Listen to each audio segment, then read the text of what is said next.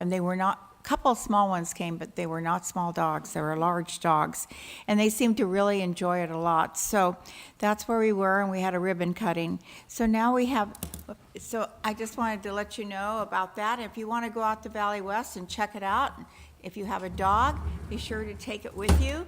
And it's open all times of day and night, and you have to lift the little lift, and then the gate opens. But it's sort of you're in a holding area, so your dog can't get out, or other people's dogs can't get out either. So I wanted to do the land acknowledgement now. The city of Arcata acknowledges the lands we are located on are the unceded ancestral lands of the Wiyot tribe. The land that Arcata rests on is known in the Wiyot language as Gudini, meaning over in the woods or among the redwoods. Past actions by local, state, and federal governments removed the Wiyot and other indigenous people from the land and threatened to destroy their cultural practices.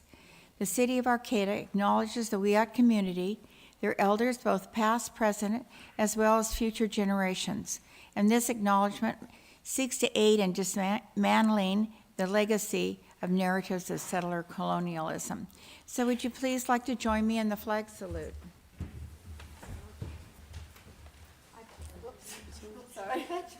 I pledge allegiance to the flag of the United States of America and to the republic for which it stands, one nation, under God, indivisible, with liberty and justice for all. There's this ridge down here. I stepped on it. Thank you. May we please have roll call? Mayor Stillman. Present. Vice Mayor White. Here. Councilmember Schaefer. Here. Councilmember Atkins Salazar. Here. Councilmember Matthews. Here. All present. Thank you. Next is ceremonial matters, and the first item we have on the agenda is a proclamation recognition of Juneteenth, which is June 19th, 2025, and Councilmember White is going to read that. Thank you. In recognition of June 19th, 2025, whereas the City of Arcata recognizes June 19th, Juneteenth, as an important day in American history, marking the date in 1865 when the last enslaved African Americans in Galveston, Texas, were informed of their freedom, more than 2 years after the Emancipation Proclamation was signed. And whereas Juneteenth stands as a symbol of freedom, resilience, and the ongoing journey towards justice and equality for Black Americans, and whereas Black residents of Humboldt County have made and continue to make significant contributions to the cultural, educational, civic, and economic life of our region, often in the face of historical and ongoing barriers, including underrepresentation and experiences of racial bias. And whereas acknowledging our shared history and the realities of past and present inequities is essential to building a more inclusive and thriving community for all. And whereas the City of Arcata supports continued efforts to ensure equitable access to opportunity for Black residents, including the pursuit of strategies that improve access to education, economic development, housing, and land-based initiatives. And whereas Juneteenth is an opportunity not only to reflect on the struggle for freedom and civil rights, but also to celebrate the strength, creativity, and leadership of Black communities throughout our region and nation. Now, therefore, be it proclaimed that the City Council of the City of Arcata hereby recognizes June 19th, 2025 as Juneteenth and encourages all residents to reflect on the meaning of this day, to learn from our collective history, and to support efforts that advance equity, inclusion, and opportunity for all, especially Black residents who have helped shape the fabric of our community, dated June 18th, 2025, by our Mayor Alex Stillman. And today it will be accepted by Lexi Reed and Rosemary Grady from Black Humboldt.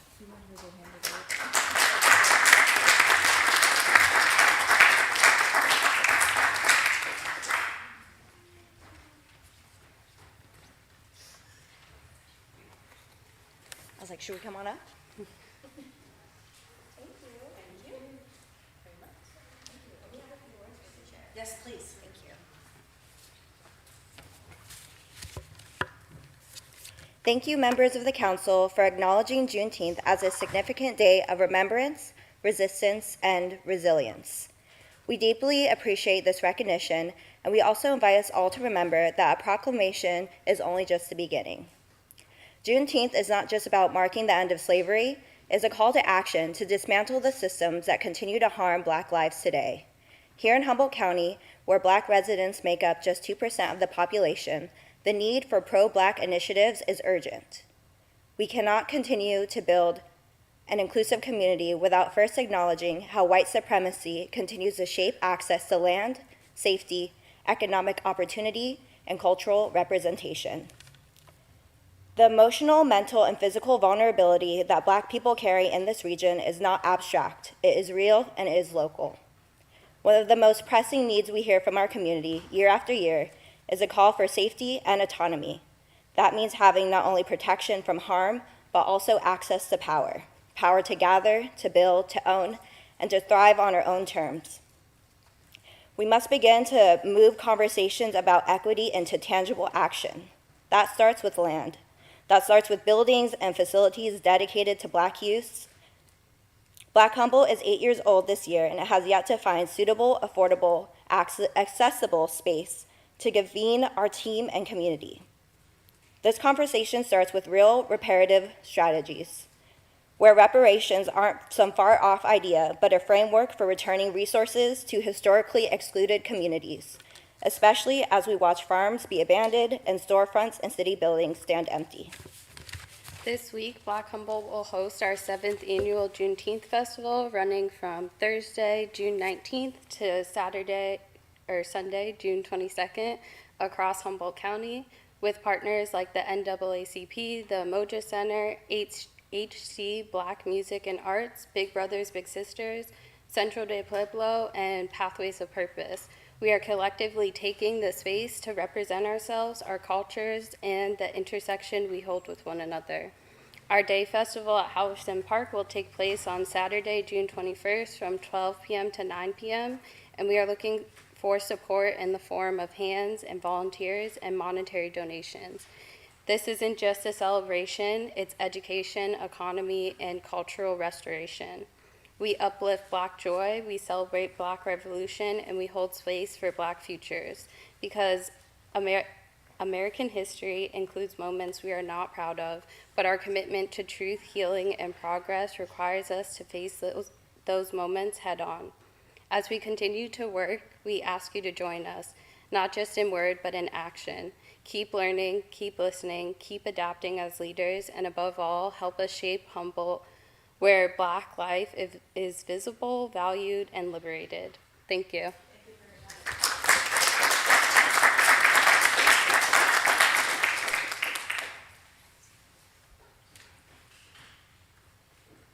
So I would like to say that our next proclamation is in celebration of 4th of July Jubilee, which is on July 4th, 2025. And so Councilmember Matthews is going to read that. Thank you. So I'm going to break protocol and read this as the 4th of July Jubilee will be my last event with the Arcata Chamber, and I've just been so proud to serve this organization and proud to work with the board. So this is a proclamation in celebration of the 4th of July Jubilee, July 4th, 2025. Whereas the city of Arcata, known for its vibrant community spirit and commitment to fostering local businesses, recognizes the importance of celebrating our nation's independence and the contributions of our local commerce. And whereas the Arcata Chamber of Commerce has organized a grand event to commemorate the significant day with a festive celebration that brings together businesses, residents, and visitors alike. And whereas the Jubilee promises to be a day filled with joy, camaraderie, and entertainment, featuring activities, live music, local artisans, and food vendors that highlight the diverse talents of our local community. And whereas this event not only provides an opportunity for our community members to come together and enjoy the festive atmosphere, but also acts as a catalyst for the growth and success of our local economy, creating a platform for businesses to showcase their offerings and gain exposure to a wider audience. And whereas the Jubilee is the longest running event on the Arcata Plaza, dating back over 150 years.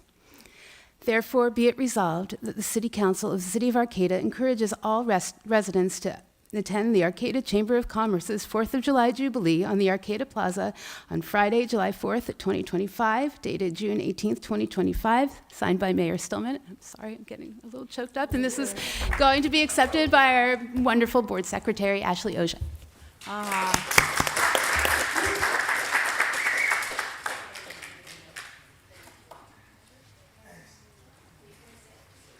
Okay. Ladies and gentlemen, esteemed members of the City Council, and fellow community members, on behalf of the Arcata Chamber of Commerce, I am truly honored to accept this proclamation in celebration of the 4th of July Jubilee. This annual event is a cornerstone of our community, a vibrant testament to the spirit of Arcata and the resilience of our local businesses. As we gather to commemorate our nation's independence, we also celebrate the unique talents and contributions of our local artisans, food vendors, and entertainers. The Jubilee is not just a day of festivities, it's a gathering where friendships are rekindled, smiles are exchanged, and shared love for this beautiful city shines bright. For over 150 years, the 4th of July Jubilee has brought together residents and visitors alike, creating a sense of camaraderie that strengthens our community bonds. It serves as a vital platform for our local businesses to showcase their offerings, fostering economic growth and resilience within our beloved Arcata. As we look forward to this year's Jubilee, I invite each of you to join us on July 4th. Let's come together to celebrate not just our nation's independence, but also the spirit of community that makes Arcata so special. Thank you for your continued support, and let's make this Jubilee a memorable one.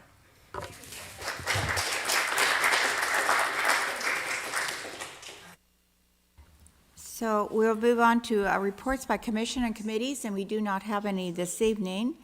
And we'll go on to staff reports. All reports shall be specifically limited to city business and shall not request or lead to actions by the council at this meeting. We're going to receive an update from the Juvenile Division Counselor, Leah Valadia, regarding the Arcata Police Department's Juvenile Division Program. Thank you. Should I sit over there? I think you're going to sit over, wouldn't she sit over here?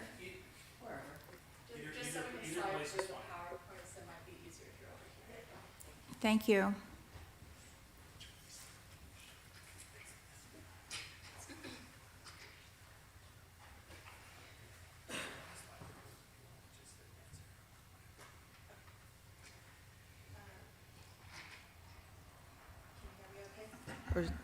Okay, now can you hear me? Okay. Okay. So my name is Leah Valdivia, and I'm the Juvenile Diversion Counselor for the Arcata Police Department. Tonight we'll be talking about the diversion program. This includes the purpose of the program and where the referrals for the program come from. I'll be talking a little bit about accountability counseling and restorative conferences. I'll go over brief interventions, the parenting classes that I teach, which include the Parent Project and Living Solutions. I'll talk a little bit about my partnership with Teen Court and case management services and my 6-month plan. All right, so to begin, the purpose of the diversion program is to prevent youth involvement with the juvenile justice system. And as for my referrals, I get some from law enforcement, most especially Arcata Police Department. So that could be teens who are out of parental control. And sometimes I get referrals from schools for things like poor attendance, substance use on campus, or fighting. And the reason why that's important is because those are risk factors that are associated with future criminal activity. Teens who are involved in that kind of activity are more likely to get involved with the justice system later on. So we want to intervene early and prevent that from happening. These are numbers related to the first quarter of 2025. So in the first quarter, I had a total of 28 open cases. Of those 28 cases, 15 were rolled over from the previous quarter. And of those 15 cases, 5 of them were law enforcement referrals, 8 were school referrals, and 1 was a referral from another source. And then there were 13 new cases in the first quarter. 11 of those were law enforcement and 2 were school referrals. So what you're looking at are the blue bars for law enforcement and the pink bars are the school referrals.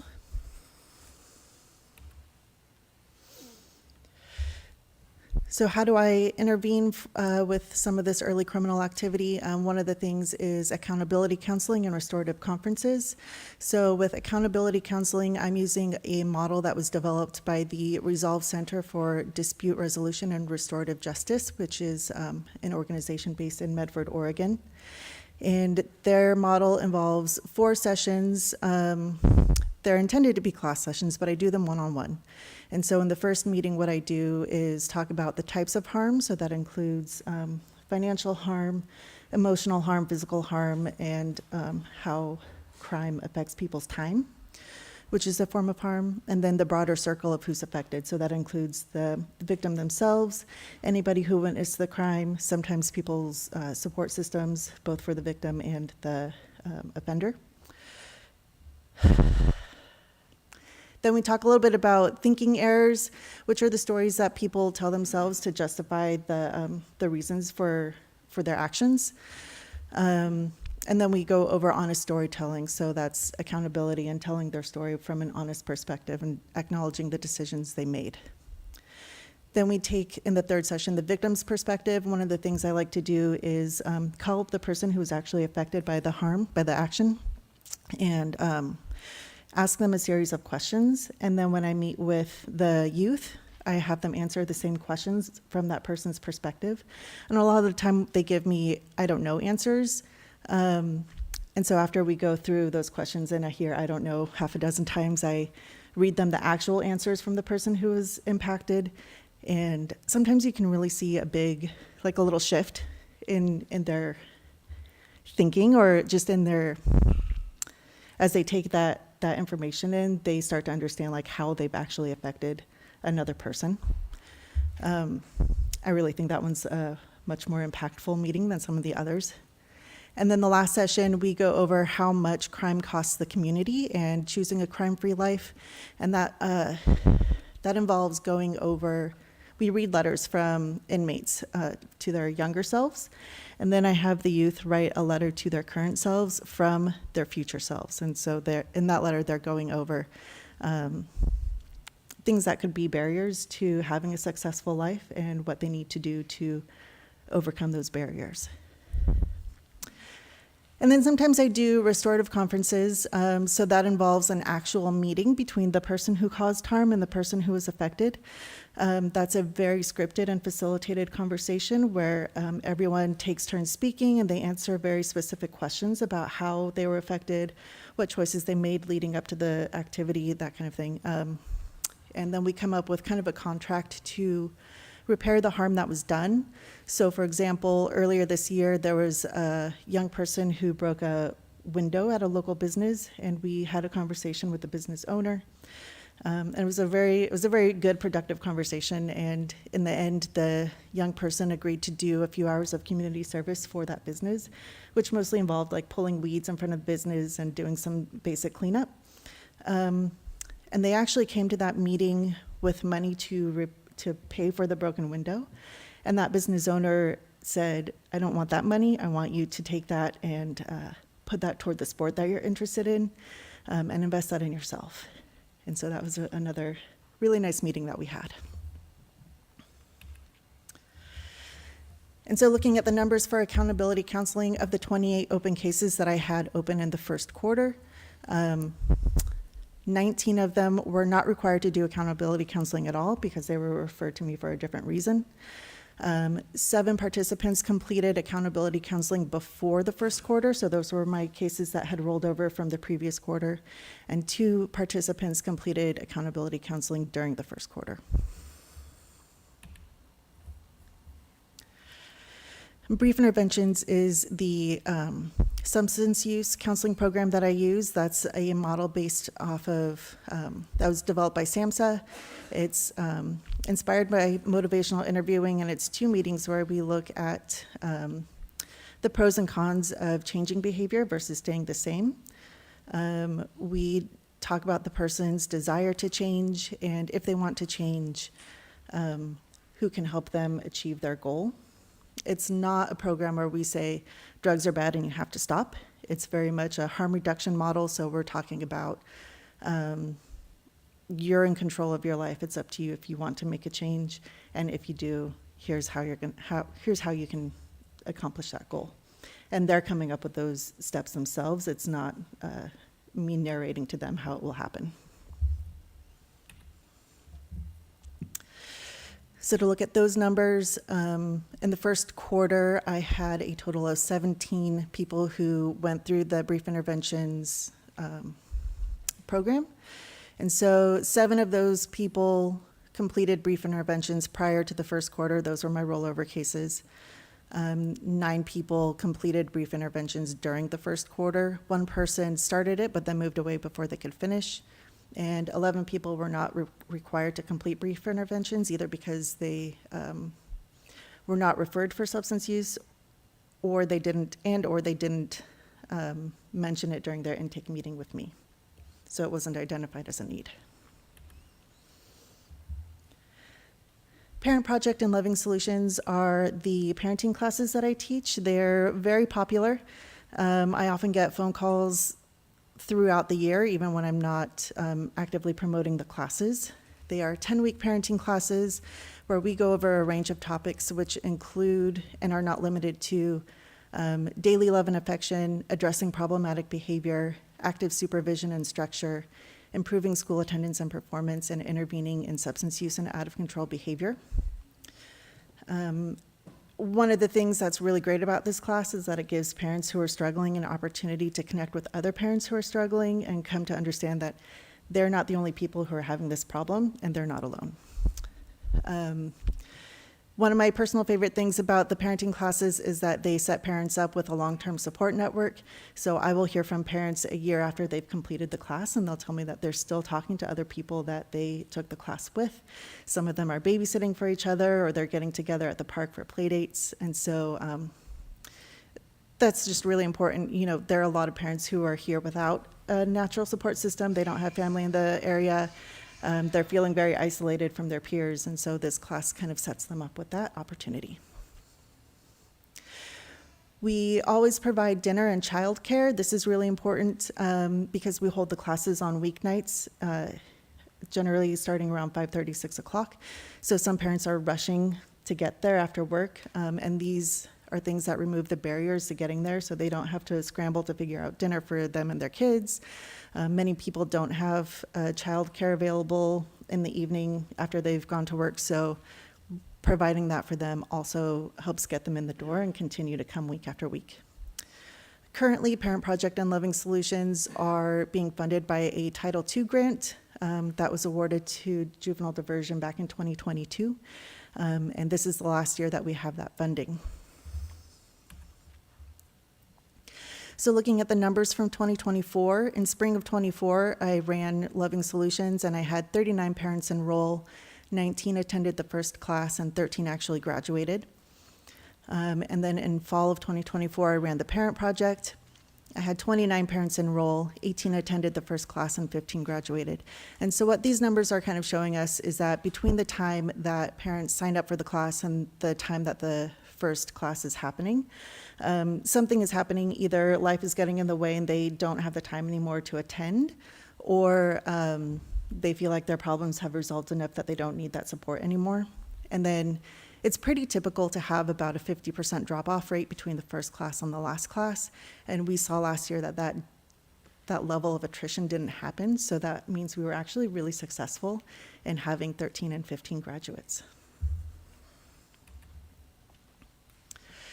So for my teen court partnership that was born out of the Title II grant fund, when in 2022, I was awarded $95,000.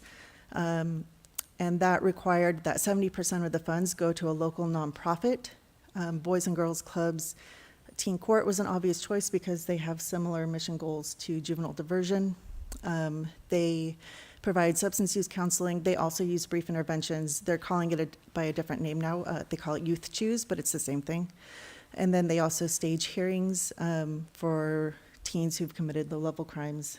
And they also go through a restorative practice. So part of the partnership involves me referring up to 10 youths per year to their program. We sponsor travel to the annual Teen Court Summit.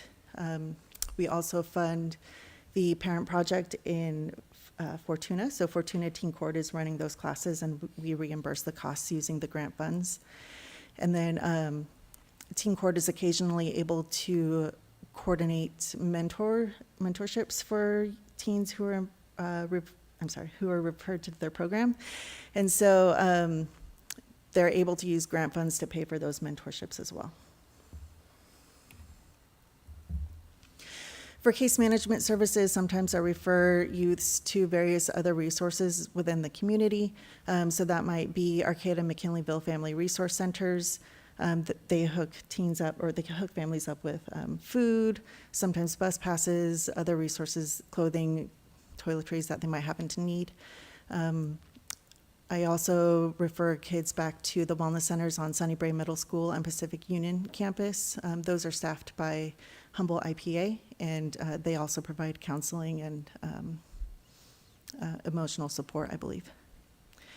And then Humboldt County Youth and Family Services, that's the youth mental health program. There are counselors available through there. They often have a long waiting list, but I do help with referrals to that program. The adolescent treatment program is the county's substance use program, and so that's a more in-depth and involved substance use program than what I provide. And sometimes brief interventions isn't enough to, get a kid going the right way, so we send them to kind of a higher level intervention. The Transitional Age Youth Program is a program that serves teens around, I think, 16 to 21, and that's intended to help young people transition from, teens, their later teens, into early adulthood and independent living. Youth Services Bureau is a program that provides emergency housing for teens who are not safe in their home, and it's an alternative to foster care. It's intended to be a short-term program. The length of time that kids are there kind of varies. And then Two Feathers is a mental health program for our Native youth. And not shown on here is that I also sometimes coordinate and transport community service opportunities. So for example, last summer I was transporting a teen to the Bayside Park Farm to do his volunteer service hours. And we did that every week all summer, and that was really great for him. So finally, my 6-month plan, my project goals for the remainder of 2025 are to continue and search for and apply for grants that will fund Arcata Juvenile Diversion going forward. And then I plan on running 2 fall sessions of parenting classes, 1 parent project and 1 loving solutions. And I'm in the process of coordinating with various city departments to reserve space and staff our childcare. And that's it. Well, thank you very much. I've always heard about how valuable this program is, and over the years, because this has existed for, you probably could say how many years, but I would say it's probably been in effect for over 20 years, that we've had some kind of diversion. Yeah, I believe so. It's been going on for kind of a long time under different umbrellas and under different designs. Yes. Well, thank you. Council members, will you have any questions? I was wondering, I know like the parent project is bilingual, taught in Spanish. Is the Loving Solutions also taught in Spanish? They can be. We haven't actually run them in Spanish because we haven't been able to generate anybody to sign up. So it's been promoted in Spanish, it's been offered in Spanish, and nobody has actually accepted that offer. We tried to get that in Fortuna also, where there's a larger population of Spanish speakers, and no one signed up for that down there either. But both of those classes, which are produced by the same people, are available in Spanish if that's something that people want. Also, I guess it's not a question, but just I'm thrilled to hear that Tay Transition Age Youth goes to age 18, or 21. So many of the other programs, I guess, stop at age 18, including, if I understand correctly, foster programs. So this is a great way to transition from 18 into young adulthood. And then my final question is, have we identified any funding when this year's funding expires? Not yet. So that's one of my goals for the summer. My caseload kind of calms down a little bit over the summer, and I plan on using my time to do that.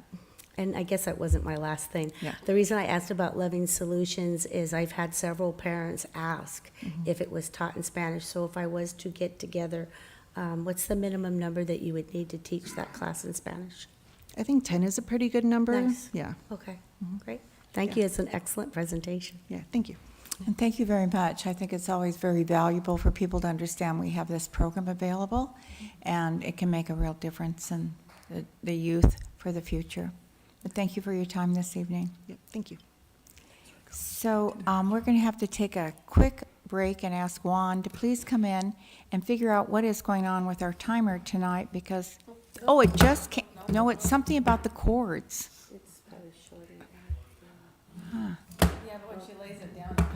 Well, I guess if we hold it up, I can put it under something and make it stand up. I could put it under this. Could you solve this on live television, please?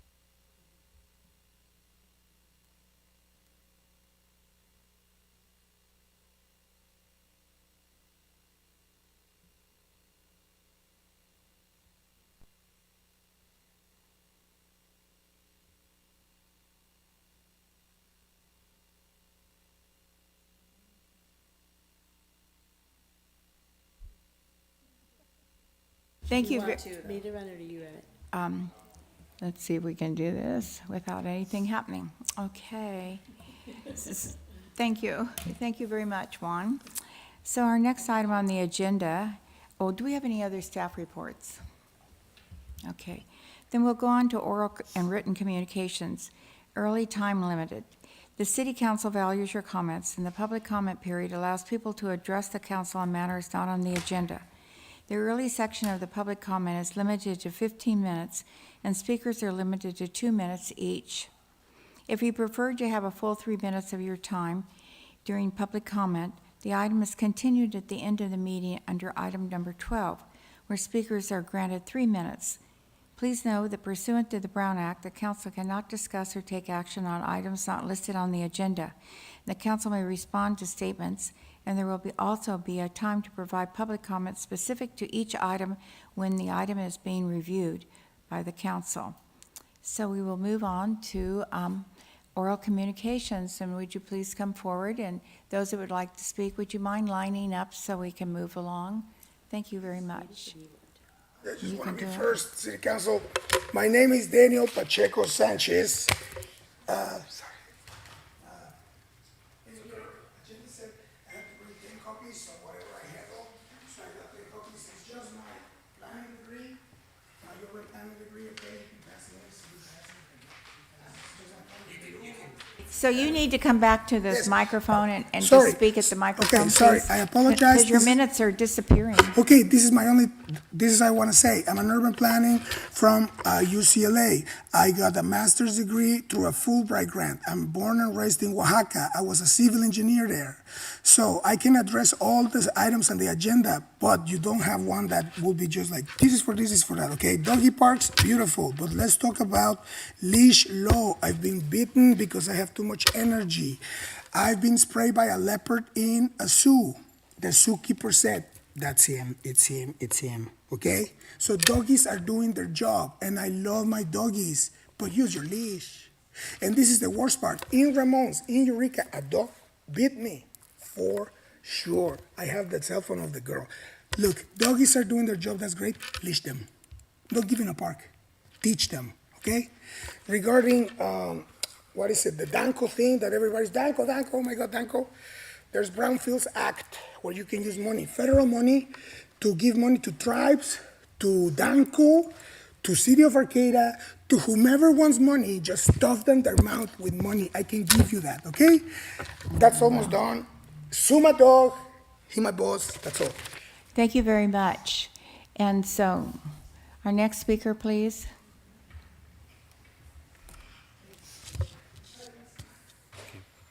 Hi, I'm Abraham from Arcata. At our last meeting, it was suggested that we attend anti-Palestinian racism training, so I did, and it was anything but anti-racist. Instead, I learned how to gaslight people and strike at the very foundations of democracy by crying racist whenever anyone supports the right of the Jews to govern themselves and defend themselves. Now, this is a well-known logical fallacy called poisoning the well, but do you know why it's called that? Because in the Dark Ages, Jews were slandered, falsely accused of spreading the bubonic plague on purpose and committing genocide by poisoning the wells. None of that was true, of course, but Jews are still accused of poisoning the well today, using words like white genocide, the Great Replacement, apartheid, Hannibal Directive, and anti-Palestinian racism. Just like the Protocols of the Elders of Zion, a Russian government forgery created to promote violence against Jews, which still enjoys wide readership across the Middle East. Jews and other Zionists are accused of trying to control Arab resources, undermine traditional values, and engage in a war of ethnic cleansing against their neighbors. Not long ago, young Americans who were brainwashed by an internet disinformation campaign could join ISIS. Now they can be radicalized from the comfort of home. A lot of anti-Palestinian or anti-Israel propaganda you hear in this very chamber is being read to you word for word from anti-Israel propaganda sources. I wrote this speech myself.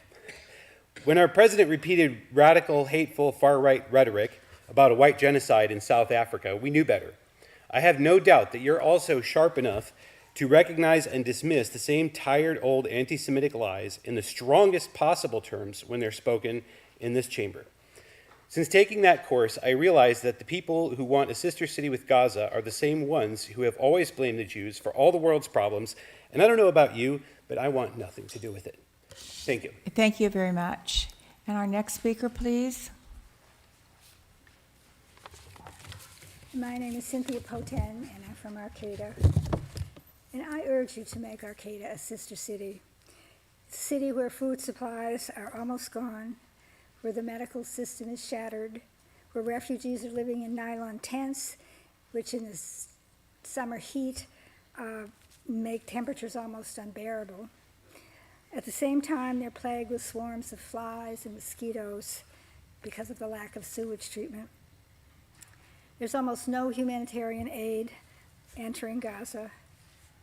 And despite this, recently the Israeli military boarded a humanitarian aid ship 120 miles off the coast of Gaza, abducted the civilian crew, and confiscated food, prosthetics, and other life-saving supplies.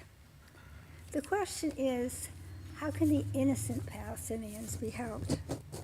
Thanks to donations collected at the weekly Sister City table at the farmers market and to well-attended public events that he has organized, Sean Leone has been able to send money to contacts in Gaza City who are distributing food and who are eager to collaborate with the Sister City project. And they're donating generously at the table because they oppose the assault on innocent civilians and because they know that access to aid will save lives. I think making Arcata a sister city will encourage other towns to do what they can to help Palestinians who had no part in what happened on October 7th. There's strong support for you to do this. A petition that's been circulated at the farmers market has gained about 2,000 signatures. Thank you. Thank you very much. Next speaker, please. Thank you. Oh, you're going to start. Peace be with you, everyone. Fareed Atik Ahmed here. I feel the need to identify some very major discrepancies that happened in a council meeting, 2 council meetings ago. I believe it was on May 21st, when the people from Rogers Garage initially started coming up, letting you know that, our community doesn't want you to go poison the children. Mayor Alex Stillman interrupted us and said nobody's allowed to clap. And then Atkins Salazar elaborated that, well, people aren't allowed to clap because then if there are other people who oppose that, say people who do want to poison the children, well, they need to feel safe to speak too. And ultimately what you all are saying is that in order to preserve the freedom of expression must be suppressed. That's a hypocrisy, and in Islam, that's called black magic. Black magic in Islam means making things appear in ways other than what they are, or severing people's connection from reality and casting them into delusion. And might we all recollect that there isn't a witch or wizard who's gone bad who wasn't in Slytherin. Salazar, and I'm sure nobody here wants to go down that road, end up looking like Baltimore. Don't you agree, Matthews? Thank you, Arcata. I appreciate your time, and I appreciate the council members always willing to listen to whatever we have to say, but holding restraint and never responding to us, no matter what we have to say. Thank you, Arcata. Beautiful day. Thank you. Our next speaker, please. Is there anyone else in the chambers that would like to speak during? Okay, do we have anyone on Zoom? Yes, we have 3 hands raised. 3 hands, thank you very much. Daniel, please go ahead. Yeah, hello, can you hear me? Yes. Okay, thanks. City Council, you know me. I know you. I love you. You guys are great people doing great things, a tough job. I appreciate everything that you do. I'm here to advocate on behalf of a sister city between Arcata and Gaza.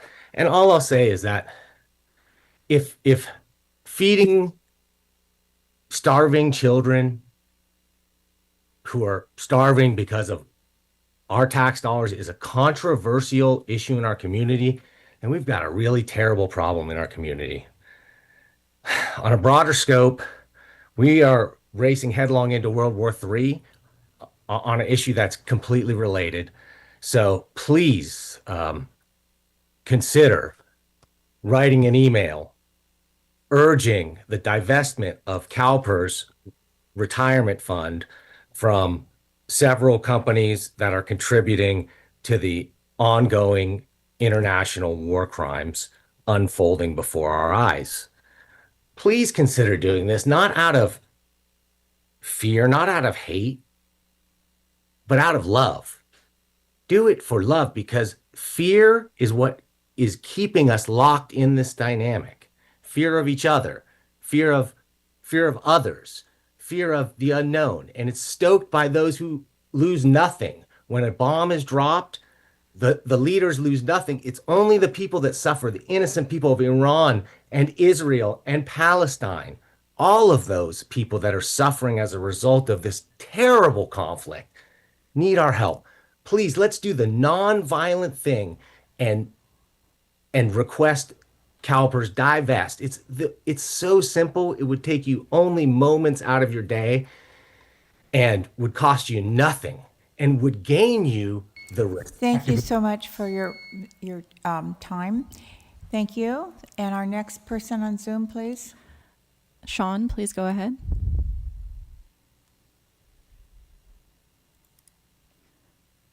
Sean, please unmute. Thank you very much. Yes, I really appreciate the opportunity to address you guys, and thank you so much for hearing us out. I mean, you've heard me say before, and I'll say again, I do very much want you guys to consider becoming a sister city with Gaza City. There are a few other issues in recent Arcata history that have received more public comments in support of any initiative. And so I hope that you take that into account when you're considering whether to become a sister city with Gaza City, and do request that you get in touch and we talk about how this can happen. Gaza City municipality has said that they do want to be a sister city with Arcata, and they're willing to set up different meetings and enter into contact to make that happen. And I hope that you guys take that seriously. This is a community that is in a very desperate situation, and they could really use the support from the international community. And they're like a hand stretching out, asking for support. And I really hope that Arcata can be a hand reaching back. And I know that there's certainly broad public support for this.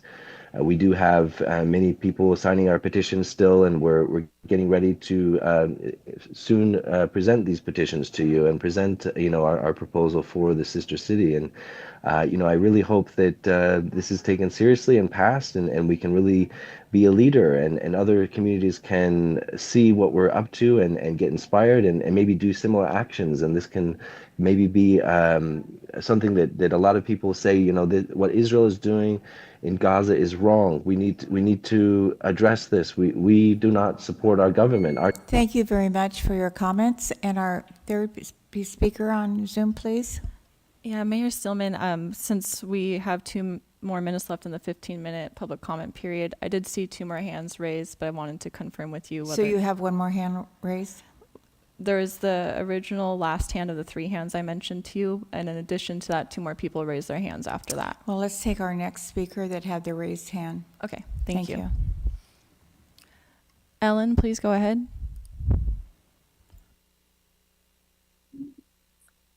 Anti-Palestinian racism takes various forms, including denying the Nakba, justifying violence against Palestinians, failing to acknowledge Palestinians as an indigenous people with a collective identity, belonging, and rights in relation to occupied and historic Palestine, erasing the human rights and equal dignity and worth of Palestinians, excluding or pressuring others to exclude Palestinian perspectives, Palestinians and their allies, defaming Palestinians and their allies with slander such as being inherently anti-Semitic, a terrorist threat / sympathizer, or opposed to democratic values. All these forms of anti-Palestinian racism have occurred repeatedly in this chamber with not a peep from any of you. I believe there's a difference between free speech and hate speech, is there not? I also believe your lack of understanding about how anti-Palestinian racism shows up in our community has prevented you from taking popular actions in solidarity with Palestinians. So I do invite each of you to look up antipalestinianracism.org and read through the information there carefully. The popular action I want to highlight tonight is that each of you send a letter to the CalPERS Board of Directors demanding they divest from genocide. Please do this tonight. The letter has been drafted for you and the email address to send it to has been provided. There is no reason not to send this letter. The situation in Gaza is incredibly urgent. People are being starved and killed by the Israeli military when they seek food at the US-run so-called aid distribution sites, which are actually traps. Yesterday, over 70 people were killed seeking aid in Khan Yunis, and over 200 people were injured by drone strikes, tank shelling, and gunfire. We have seen the videos and heard the firsthand accounts. This is not propaganda or anti-Semitism, but facts on the ground. Your constituents do not want their city to be invested. Thank you very much. So we've met our 15 minutes, so we're going to go on with our agenda, and we'll be moving on to our next item is the consent calendar. So on the consent calendar, the approval to waive, all items on the consent calendar are considered to be routine by the City Council and are enacted in one motion. There's no separate discussion on any of these items. If discussion is required, that item is removed from the consent calendar and considered separately. At the end of the reading, the consent calendar, council members can request that an item be removed for separate discussion. Members of the public may comment on any item remaining on the consent calendar in the period before the vote. So A, approval to waive reading of the text and consent to read by title only of any ordinance on the agenda. B, approve the minutes of the City Council special meeting June 4th, 2025. C, approve the minutes of the City Council meeting of June 4th, 2025.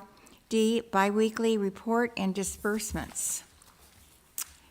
E, approve and revise the hiring and recruitment incentive program administrative policy to include out-of-state lateral police officers and classification of sergeant, lieutenant, and police chief.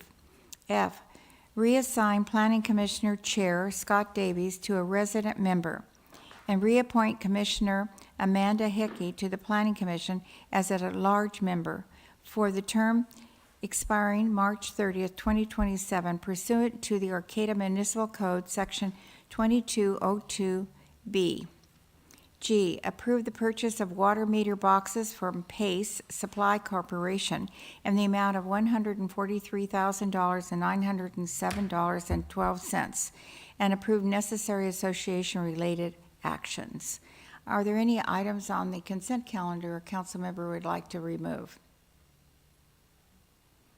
Okay, is there anyone on the public that would like to comment on the consent calendar before we vote on it?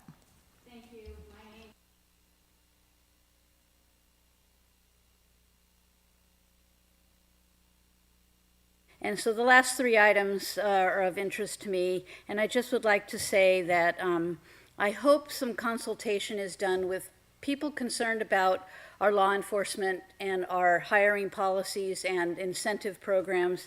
So I would hope that you would consult with some people who are very interested in how that department is run and operated. So that's something I think is important.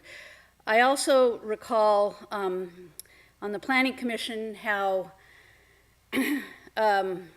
people reapplied to become members of the Planning Commission and were not reappointed, and other people came on and then new people left, and this is all very interesting about reassigning positions on the Planning Commission. I don't know if anything came out in a discussion for the public prior to this, but it's all very interesting to look at. And then finally, huge amount of money for water meter boxes, anything over, I mean, this is $143,000, $144,000. You know, maybe we need these things, but when that kind of money is being consent calendared, I just really would like, the public would like to know how our city monies are being spent more accurately and specifically, instead of just accepting what's on a consent calendar. And I've said this many, many times, I think we really need to have a limit dollar amount of things that can go on the consent calendar. Thank you. Thank you. Is there anyone else in the council chambers that would like to speak on the consent calendar this evening? Is there anyone on Zoom? I do see one hand raised on Zoom. All right. Naomi, please go ahead.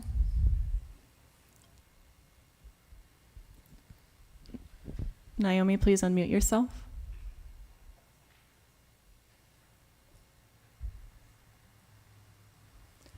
Naomi, I see that you're unmuted, but we cannot hear you.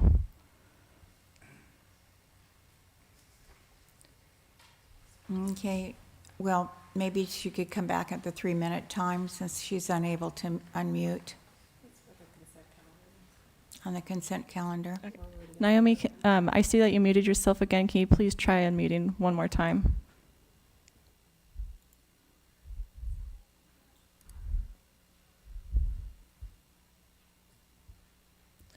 Okay, I don't Okay, think it's well, thank working. you very much. So, are there any comments among the council members, or shall we have a vote? Someone make a motion? I'll make a motion to approve the consent calendar. I'll second. Okay, there's a second. Did you get both of that, the move and second? Okay, thank you. Any further discussion? Being none, all those in favor signify saying aye. Aye. Aye. Those opposed, motion carries. Thank you. The next item on our agenda is old business. It's A, public hearing to receive public comment on the Rogers Garage Affordable Housing Project. I'm going to ask the city staff to please give us an update. Thank you, David Loya. Yeah, good evening, council. Before you tonight is the Rogers Garage application for program income. Once again, it was noticed again for a public hearing tonight, but tonight we are asking that you receive this brief staff report, open the public hearing, and take public comment, and then close the public hearing. And as I'll describe in a little bit more detail, we'll renotice this public hearing for a future date. I want to emphasize that there is no action being taken tonight. There's no action on the agenda. The council cannot take an action, and so we would inform the council and the public that this discussion is going to continue. Obviously, because it's a public hearing, people may comment if they wish, but the council will not be considering any action for several months. So Basically, what happened was we found some new information as we're going through the CEQA process, and that's causing us to take a step back.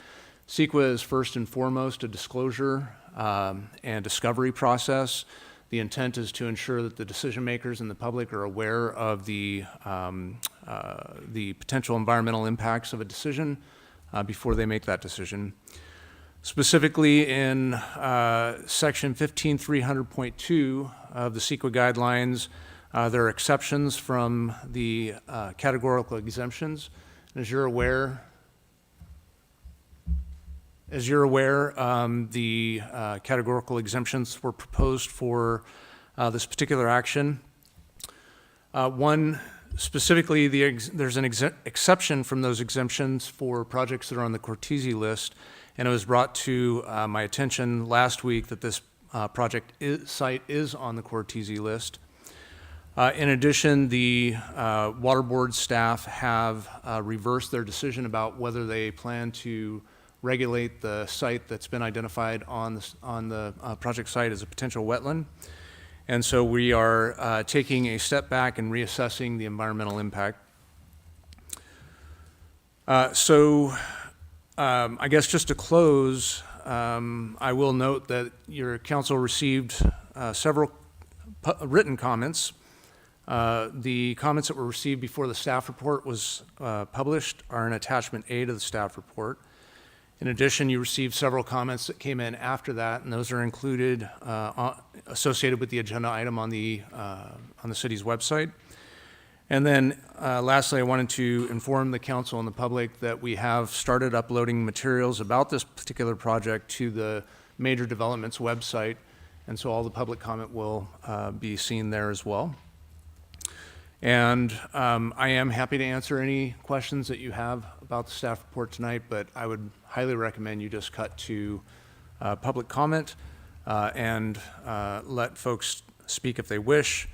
I guess one last thing I will say is that in the coming weeks, we'll be proposing a town hall so that folks can, come and speak to staff and the developers and get questions asked.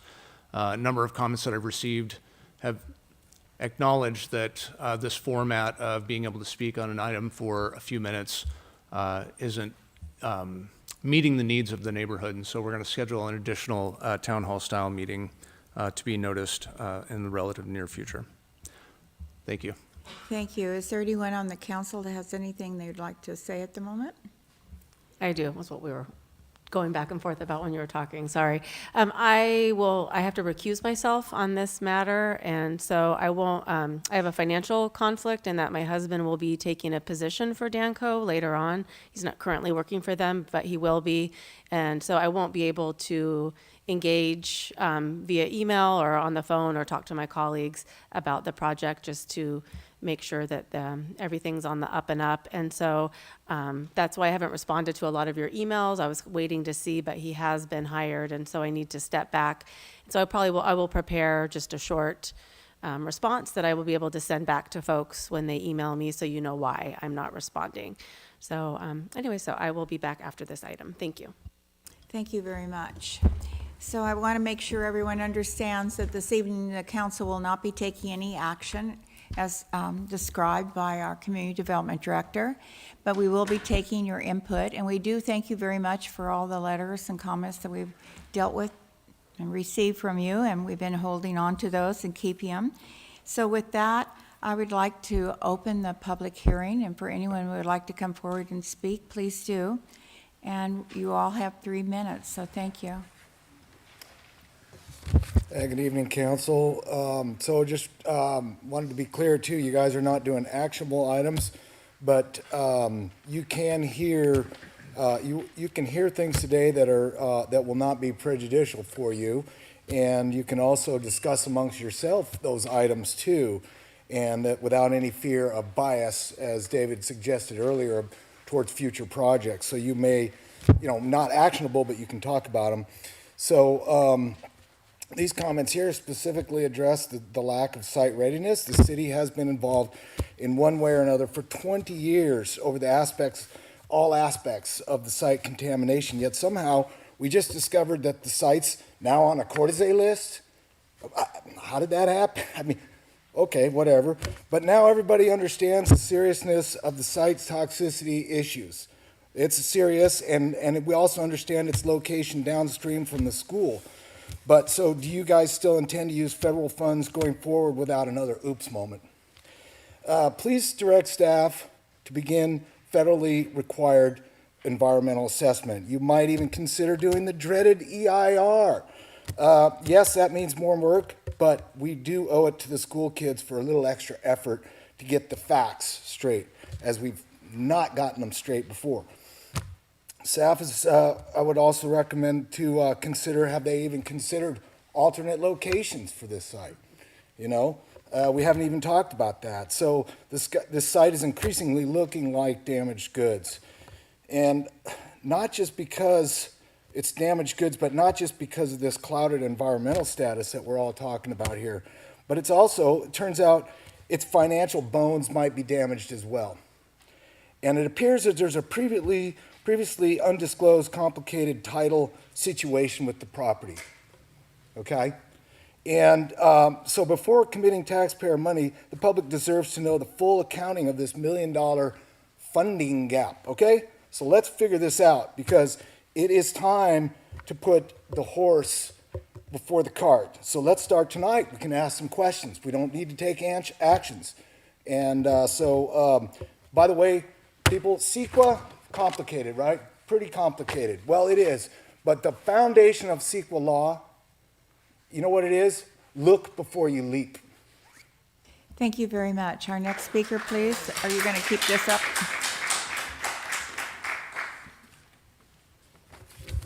Thank Hello. you. My name's Kevin. I live in Bayside. And I rise in opposition to the Rogers Garage development plan as it's been presented so far. Since this is on the record, if anyone's watching or listening who doesn't know, it's a construction of a project of 4 buildings, 3 stories each, atop a plot of land that is pretty dramatically contaminated with toxic chemicals and heavy metals. As was mentioned just now, a number of letters from local residents were submitted. Since they won't be read, I just want to share a few excerpts now. Someone who's been living here for some 40 years wrote, "For many years, Pete DeMassa, who sold to Danco, allowed his friends and associates to dump construction debris, appliances, sheetrock, solvents, asphalt, mattresses, paint, auto parts, and batteries, brake pads, lumber, wiring, windshields, and others onto nearby parcels." Another 30-plus year resident of Bayside writes, "It makes no sense that the city of Arcata would invest so heavily in a proposed housing project on a site so toxic that no one should live there, nor be exposed to the heavy metal fallout that can be predicted if the soil is stirred and displaced by heavy equipment." And the last one from a local medical professional, quote, "Even minimal lead exposure, especially to children, can have irreversible effects.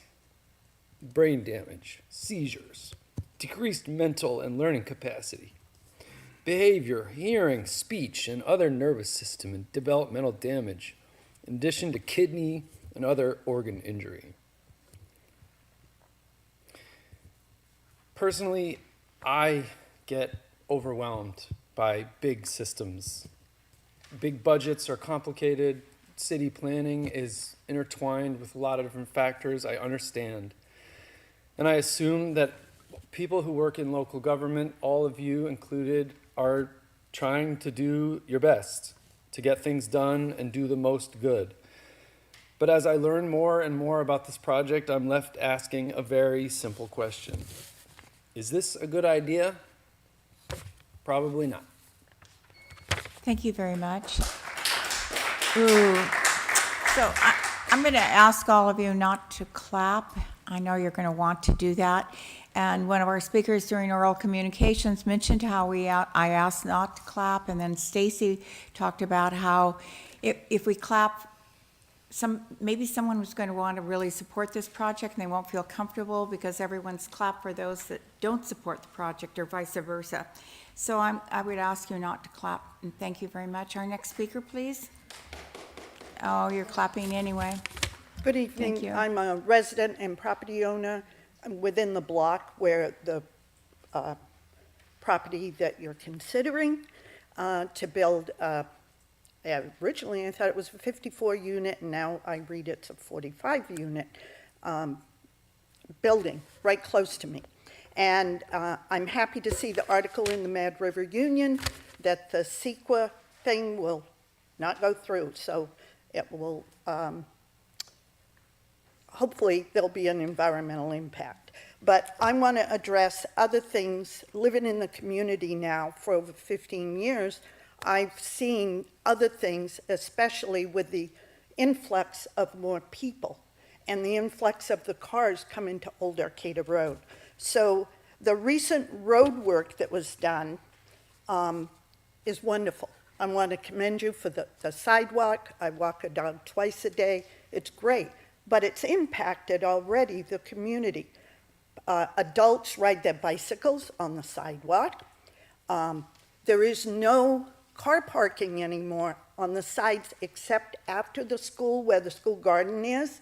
So people are parking in the bike lanes, which makes it hard for bikes. And that leads me to number 2. We do not have a police presence in Bayside. I'm always asking, where are they? Where are they? Cars go, and I know because I walk it twice a day with a dog, all the way from Sunnybray to the post office.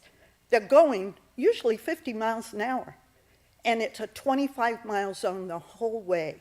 And so I request that we at least see a police officer occasionally, especially when children are walking to school, because I see them alone, and I think that's very important. A third one is there's no city bus that comes to Bayside. And being a little elderly, I thought about 5 years ago there was going to be a situation where the city bus was going to at least come to the Bayside post office. Now, if you want to ride the bus, which has always been that way, you have to be in Sunnybray. So I have a concern for the people, if that building gets built, who's going to think and research about living there? Because the people might not have a car, they can't afford one. And then they either have to ride a bike or walk. And my biggest concern, I'll say it in 21 seconds, is Highland and Golf Course Road are the only 2 roads there. And Golf Course Road goes through, but remember, we're in a tsunami zone there. And the impact of all of that many people living there, you won't have the opportunity to get out. Thank you. I have more. I'll continue next. Thank you very much. Our next speaker, please. Good evening. Thank you. My name is Lynn Roberts, and I live on Irene Street, just above the proposed project. I'm a retired wildlife biologist. I worked for 32 years for the U.S. Forest Service and the U.S. Fish and Wildlife Service. I have extensive experience with NEPA, preparing EAs, FONSIs, EISs, biological opinions, and CEQA as well. I am pleased to see that in the latest staff notes that there is an understanding that this project would not comply with the CADX under CEQA, so that's good. But since federal funding is anticipated to be allocated for the proposed development under the block grant, and as an interrelated action to the property acquisition, it seems most efficient, and I would recommend you consider combining your CEQA and NEPA processes. Many people do that. It's much more efficient. They're very similar analyses. I also noted in the staff notes that it states that a determination of no significant impact will be made in the EA. This is predetermined, and you really can't make that determination before you do an analysis of the EA. So based on the level of community concern over the lack of a thorough and transparent cleanup plan for the hazardous waste, which has been discussed by several previous people, the size and scope of the proposed development, with potentially insufficient parking, that was also addressed, in an area that is already seriously impacted by traffic and parking issues from the school and the cafe, could truly jeopardize the health and safety of the community. For example, Highland Road, which goes up to Irene Street, often becomes a one-lane road with people parking on both sides all the way up to the top and around the corner. There's just insufficient parking, and that's partly because of the Old Arcata Road Improvement Project, which the previous speaker spoke. It's excellent. Bike lanes are great, but the parking situation is serious. It's limited. People are parking in bike lanes. They're parking all over the place. I think a 45-unit development would be a serious impact. Under both CEQA and NEPA, significant impacts to physical conditions, such as the proposed large multifamily housing development and its associated traffic and parking issues, are both direct and indirect physical changes, which must be addressed. Social and economic impacts under NEPA include disrupting community well-being because of safety and traffic hazards. I'm unaware of any potential mitigation proposed for these hazards. I'm running out of time. I believe that through scoping and an initial study, there may be enough potential for significant impacts to warrant, as someone previously stated, preparation of an EIR, EIS. Thank you very much for your comments. Thank you. I appreciate I'll it. submit them via Oh, email. yes, you may if you'd like. Perfect. Thank you. Our next speaker. Hello, my name is Michelle Warner. I live on Highland Street in Bayside, and I'm here to say the same thing that I said in the meeting before. I believe that this project and digging into that soil will poison my family and the school. I really don't need 3 minutes because really all I want to say is no, and no is very short and concise. But since I have time, I just want to ask you this. How can you vote to spend over $1 million taxpayer dollars on a site that's been contaminated since at least 2002, and more likely since the 50s? Why didn't the staff know it was on the federal Cortese list of dangerously toxic sites? How can you commit public funds before proper environmental review? The Water Board has ordered more testing. CEQA and NEPA both require that the potential impacts be thoroughly identified, analyzed, and mitigated prior to the project approval. And why haven't you looked at other sites? The Mello Act requires it. Has staff presented any other alternatives? What about the 8-acre dog park? Don't play fast and loose with our health, please. This isn't complicated. It's a contaminated site next to a school. Just say no. Thank you. Thank you very much. Our next speaker, please. Thank you. Good evening, I'm Jeanette Wilson and I live in Bayside. I timed this, so I'm going to get at it. I'm here in opposition to the proposed Village View Commons project at Rogers Garage site in Bayside. Note that I make the distinction that this project is in Bayside, which is important to us out there in the outskirts. We care about the character and the heart of our community. I've owned a home in Bayside for 26 years and I've lived there for over 30. Here are some of my concerns. Oops, excuse me.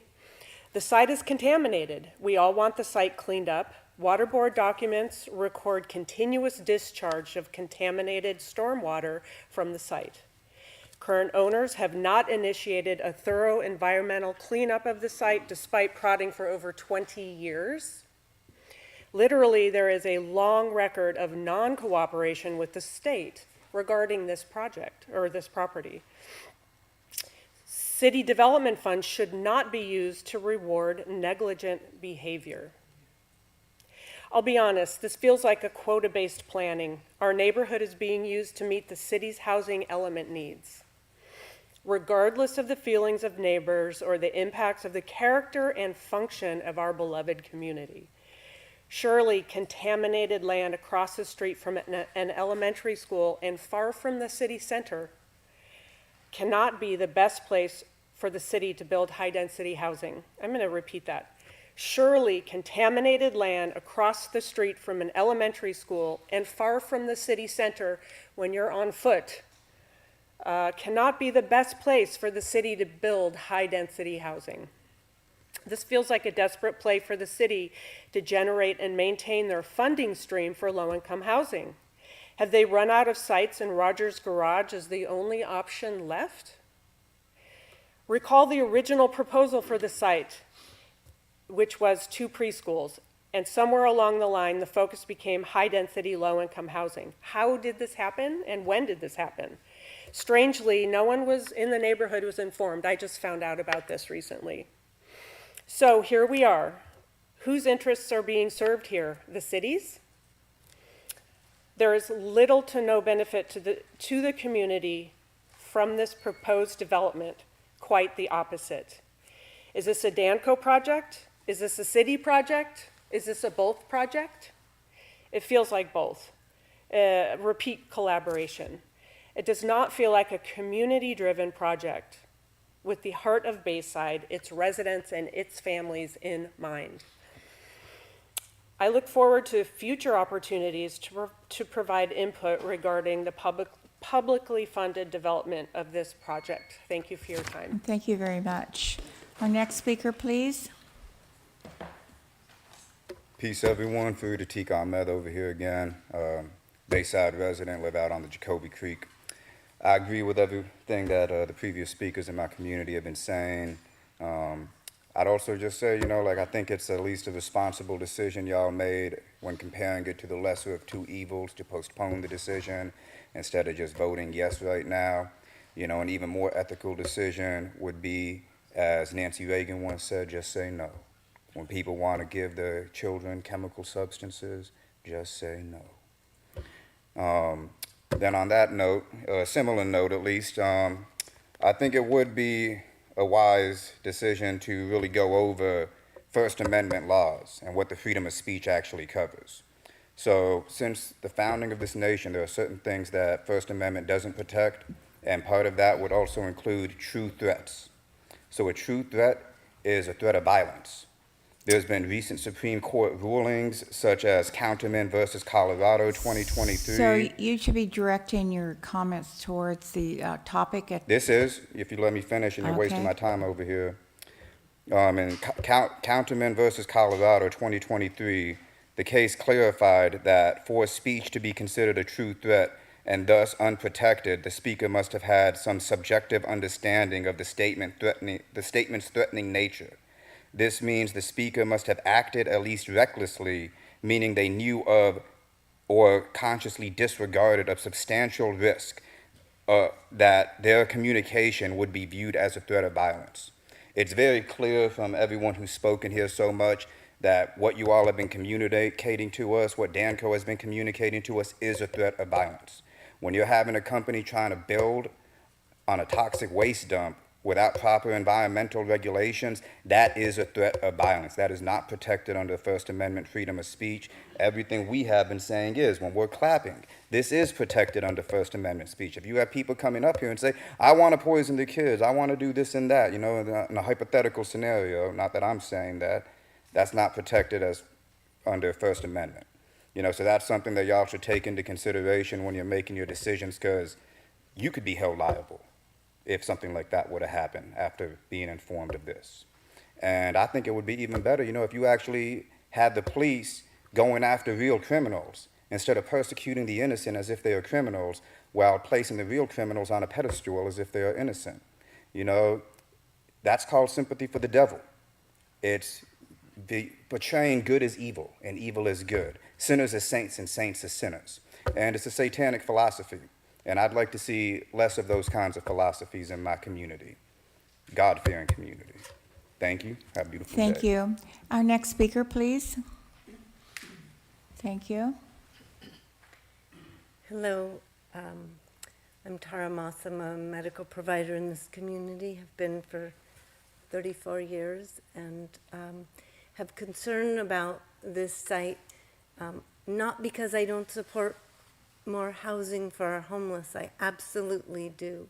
But I have lived next door to this site for all these years and have been over there when it was the Rogers Garage and saw how they dumped so many toxic fluids. The ground there had a black sheen from all the fluids dumped on it.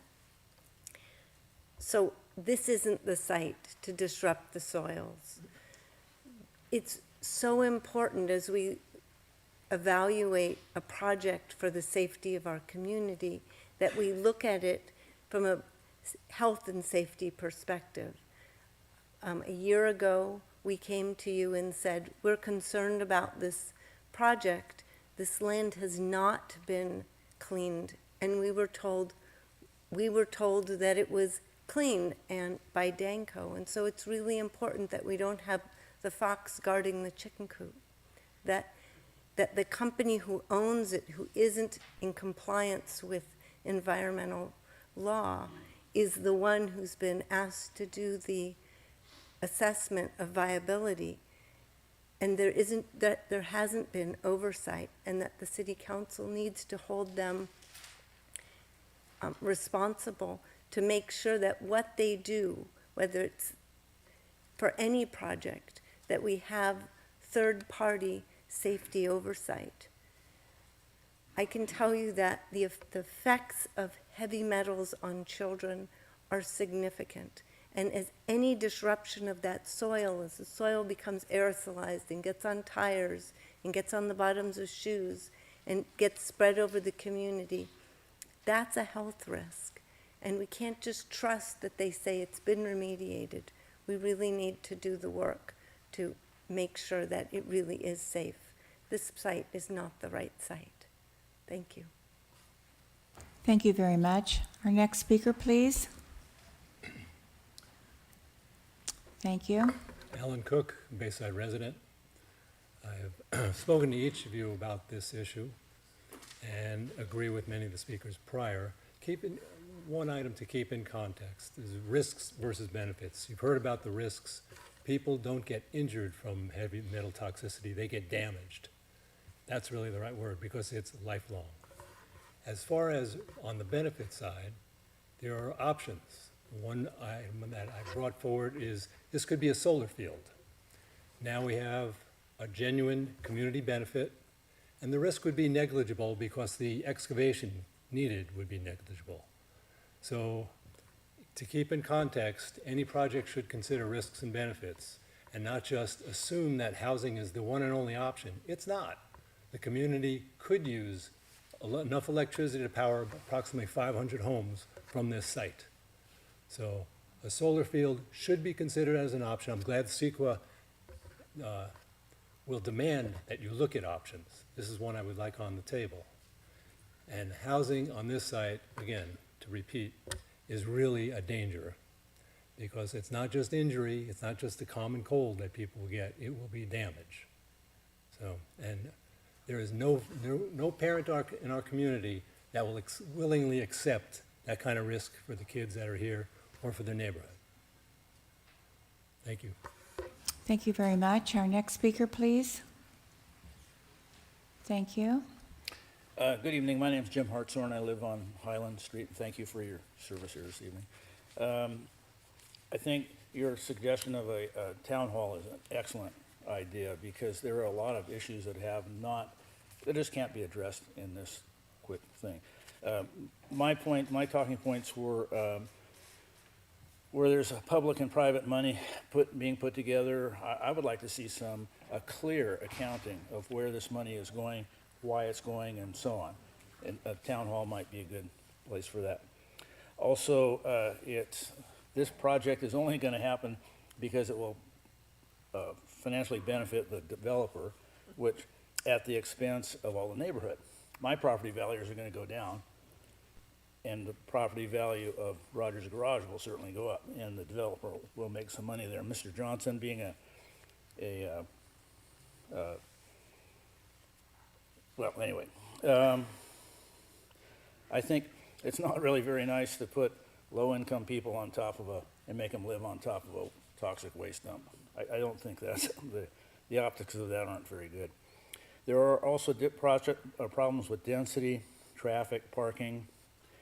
That is not a walking neighborhood. Everyone will need a car to get around because The closest grocery store is a mile away. There's no bus service. In the in the Loco, I think it was, they published a picture of the proposed development, and here's a city transit bus parked in front of it, and the buses just don't run there. And so people will have to walk a mile to the grocery store. And I think that a much more appropriate place for this would be the Creamery District. It's already zoned, and I think you've already made your decisions on developing that area, and it's walkable, and I think it's just a much better thing. And in the word, so sum up, in the words of our nice conflict counselor there, just because we can do something doesn't mean we should do something. Thank you, and good evening. Thank you very much. Our next speaker, please. Thank you. Council members, Kevin Johnson from Bayside. My number one concern about Rogers Garage is the level of toxicity of this former wrecking yard and the proper identification of toxins both on-site and off-site, and the cleanup of these toxic soils. I remember when I moved here over 40 some years ago, that hillside behind Rogers Garage was covered in wrecked cars. Half of them, some buried. People don't forget that if they've been around here. That place was just, a mess. I remember 20 years ago when Danco got out there and sandblasted the Quonset hut that was covered with lead paint in the middle of the day during school hours when children were out there playing. People don't forget that. It's good to learn that the Water Board just sent Dan Johnson a letter requiring new monitoring wells for water data since there has been no updated information for the last 20 years.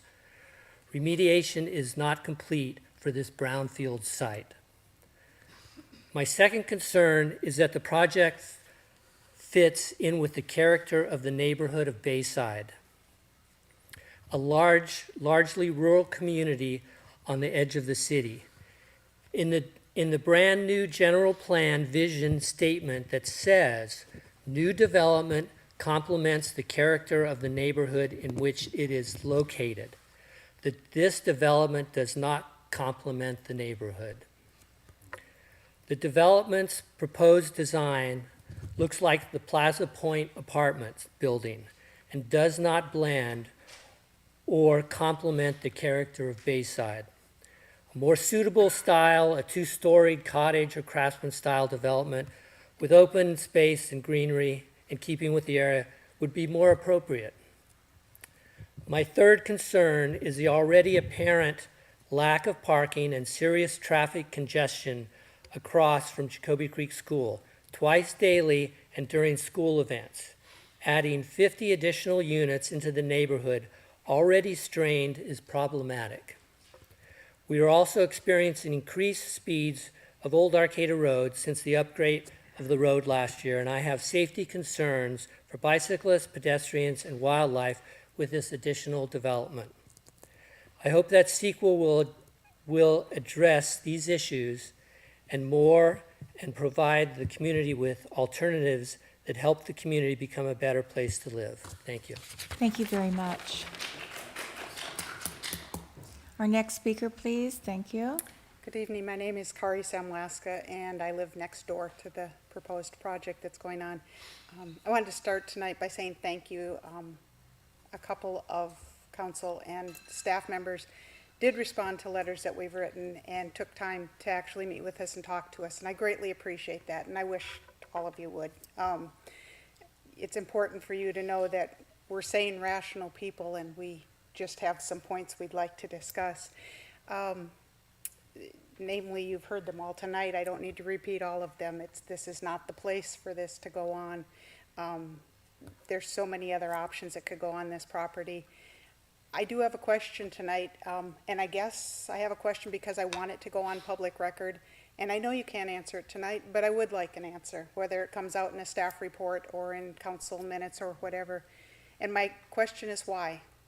Why this property? Why this developer? People have given you many, many reasons tonight why this property is not good for it. Because of the debris that's there, because of the toxins. the properties there and behind it still have cars and car parts. Mother Nature's kind of struck back, and they're covered up by blackberries at this point in time and other greenery, so it makes it look like an idyllic place again, but the debris is there, the toxins are there. That hasn't changed. So why is it so important that it's this property? It doesn't fit in Bayside with what you're proposing for those buildings. Since we started having these discussions more recently, we've taken it upon ourselves to actually walk Arcata quite a bit. We go out on walks on a regular basis, and we've chosen specifically to walk the neighborhoods of Arcata. And there are actual places that are flat lots, that are not wetlands, that are not toxic, that could be used for this purpose. And why aren't those being looked at? And why is this developer so important? What is it that's pushing this project? Because as I've started researching and going through notes, I don't see the city putting the same amount of effort into using other developers and looking at other pieces of property for these same purposes. And I'm just curious as to what it is that pushes this focus. Thank you very much. Okay, let's see what we can do. Thank you. Hi, I'm Welcome. Kristen Kenyon. I live in Arcata. I actually live in the Creamery District, directly adjacent. I live in a single-family home, but I'm right next to affordable townhouses that were built by Danco. The whole area was actually, I think it was an industrial site that the development of the housing paid for it to get cleaned up. And I was so grateful to find a house in Arcata because so few go on the market every year. It's, you know, there are so many studies about how important it is for low-income people to live in a neighborhood with people that have more social and intellectual and political capacity than them, and not to have a concentrated poverty situation. But like living in this neighborhood that has this economic diversity, I've realized that it's so beneficial to me, and it's what makes my neighborhood vibrant. There are so many kids because poverty is young, and they all play in the neighborhood. They're all different ages, and the couple that lives in the townhome that's right next to my house, they're a retired couple. And I leave my garage door open all the time because I'm absent-minded, and they're at home during the day, so they come over and shut it for me. And I think it's great for my kids too to just have the perspective of being around kids that aren't all of the same, income category. And that's something great about Arcata. And I think that, my neighborhood and this neighborhood are pretty equidistant from this town hall. Like, I will bike to Bayside. I don't like biking very much because I'm scared of roads, but that is such a lovely neighborhood to walk and jog and bike in that I'll do it for fun, not just, I would love to live in this neighborhood. And that school is such a desirable school to go to. When you look at where people want to site affordable housing, it's near goods and services, especially schools, grocery stores, pharmacies, and hardware stores, which this is all super close to, and also in higher resource areas, which this is. And so I just wanted to come and share my experience.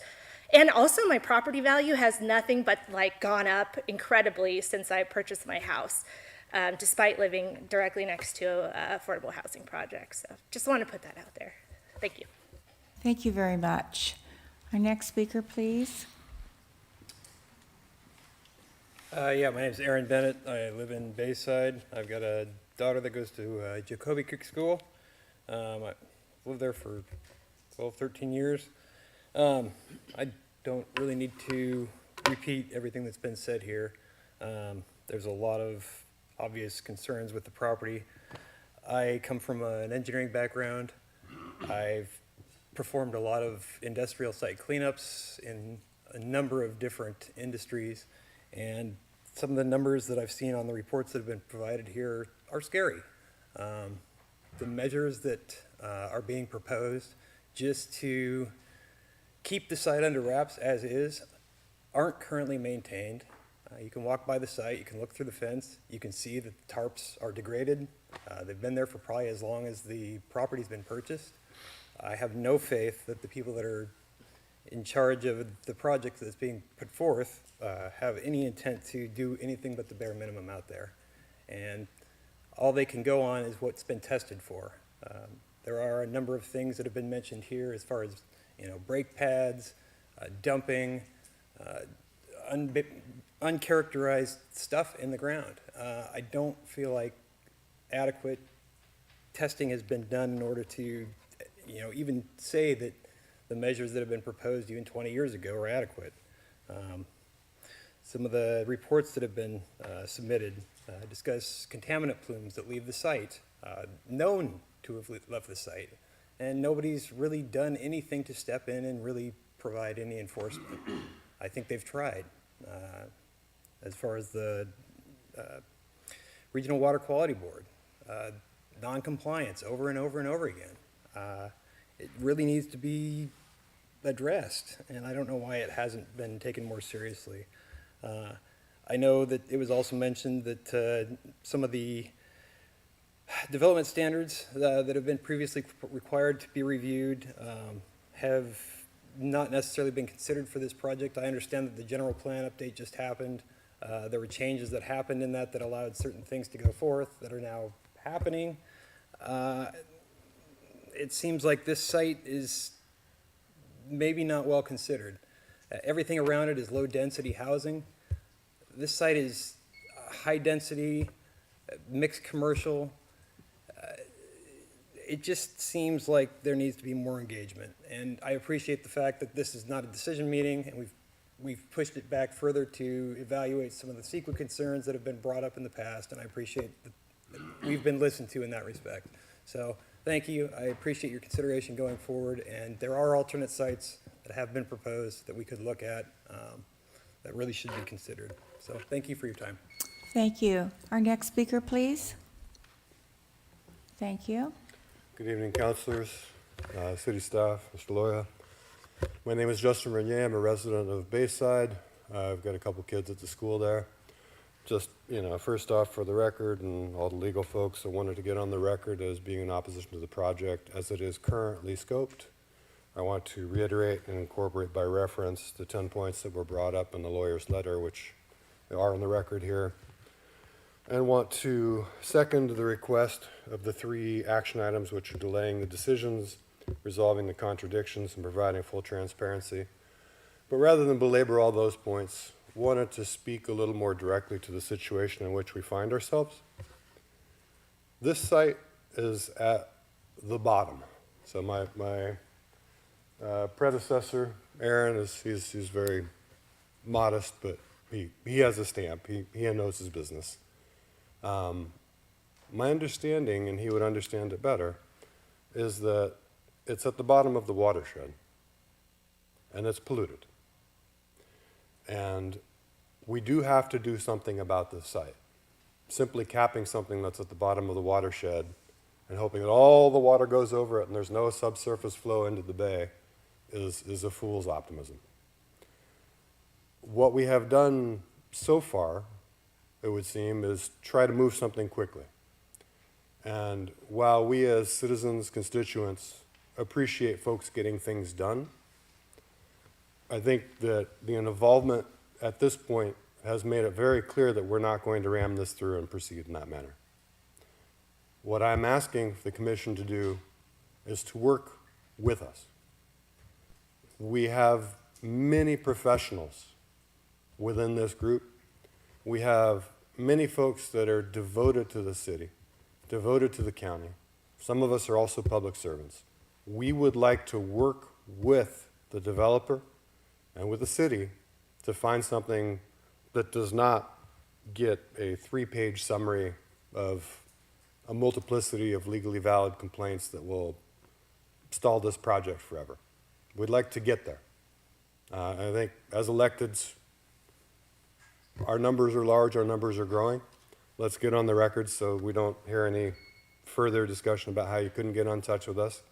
It's 95524BBB@gmail.com. Let us also have further conversation. It was with a bit of alarm that we saw this agenda that this is comments on the proposal. We do not want these comments here to stand in place of legally required due process comments when you want to take further action. And before you do, please get in touch so we can work together. Thank you very much. I appreciate your comments. And next speaker, please. Thank you. Hi, my name's Joanne McGarry, and I used to live and dog sit and dog walk in Bayside. But I have shared with the council and staff before, because I come here often.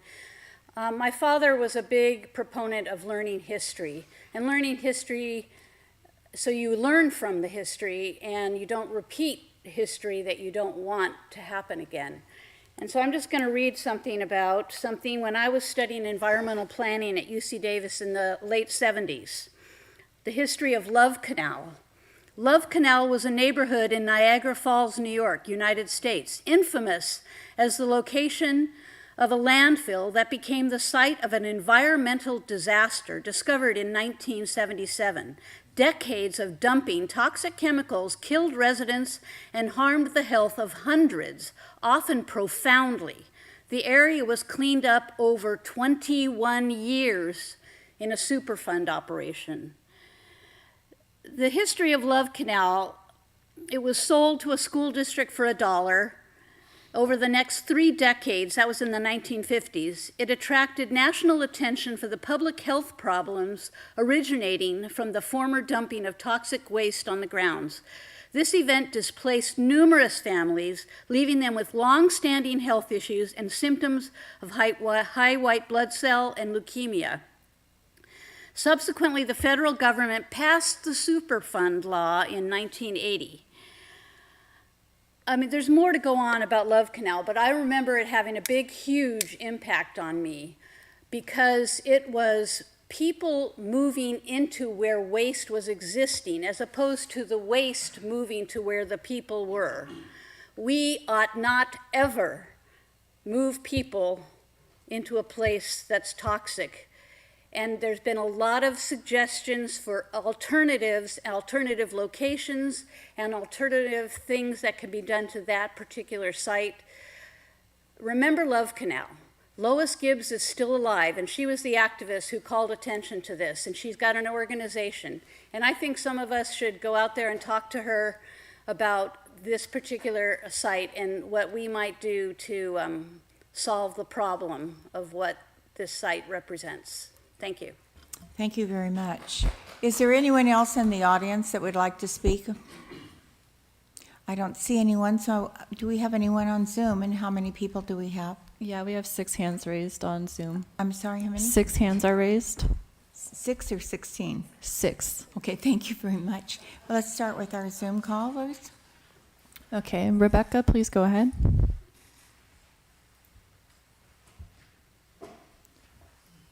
Hello, can you hear me? Yes. Thank you. My name is Rebecca Smith. I'm the managing attorney at Legal Services of Northern California. Thank you for the invitation to comment on this important item. Our law firm's mission is to provide quality legal services to empower the poor and identify and defeat the causes and effects of poverty. Many of our clients struggle to afford housing in Arcata due to insufficient supply of affordable housing. The proposed project at Rogers Garage provides 45 units of income-restricted housing from 30% to 60% of the area median income. This could be housing for seniors on fixed incomes, working class families. It could include teachers and other employees at Jacoby Creek School or workers at the cafe across the street.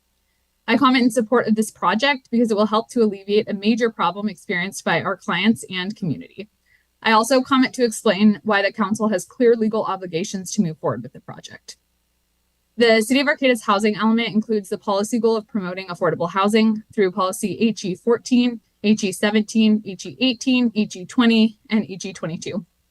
All of these policies outline different ways that the city committed to supporting the development of low-income housing, and the proposed development at Rogers Garage is consistent with the city's goals. Especially relevant to the Rogers Garage project is policy HE 18, which commits the city to providing incentives to developers to support lower income residential developments in all areas of the city to ensure neighborhood diversity. The Rogers Garage projects represent meaningful progress towards this policy goal because it is an affordable housing project in a neighborhood with no affordable housing. In fact, there are no multifamily housing properties, affordable housing properties in the Jacoby Creek School District. In addition to the housing element obligation, the city must comply with state fair housing laws and must affirmatively further fair housing. Assembly Bill 686, which is a California law codifying municipalities' obligations to affirmatively further fair housing, states that affirmatively furthering fair housing means taking meaningful actions in addition to combating discrimination that overcome patterns of segregation and foster inclusive communities free from barriers that restrict access to opportunity based on protected characteristics. The law requires jurisdictions to engage in community development that affirmatively furthers fair housing and not to take action that is inconsistent with this obligation. Most of the city's affordable housing is concentrated on the opposite side of the city, including the Valley West neighborhood and northern part of the city. This project will affirmatively further fair housing in Arcata by providing quality affordable housing in a neighborhood that currently has no affordable housing. We hope that the city continues with the approval process for the Rogers Garage affordable housing project when it comes back before the city council. Thank you very much for your time. Thank you. Our next speaker, please, on Zoom. Lisa, please go ahead. Good evening, council members. Lisa Brown from Arcata, Bayside. It is good news that the city is now on the same page as community members of Bayside that a project of this complexity is subject to CEQA. In order to determine whether or not this proposed project will or could have a substantial or potentially substantial adverse change to any of the physical conditions in the area, we will need studies, and lots of them: traffic, historic, safety, noise, air quality, as well as off-site migration studies of toxins. This toxic site has remained as such for many, many years in what once was a swamp, according to a newspaper clip from the 1940s, before the site was developed into a garage.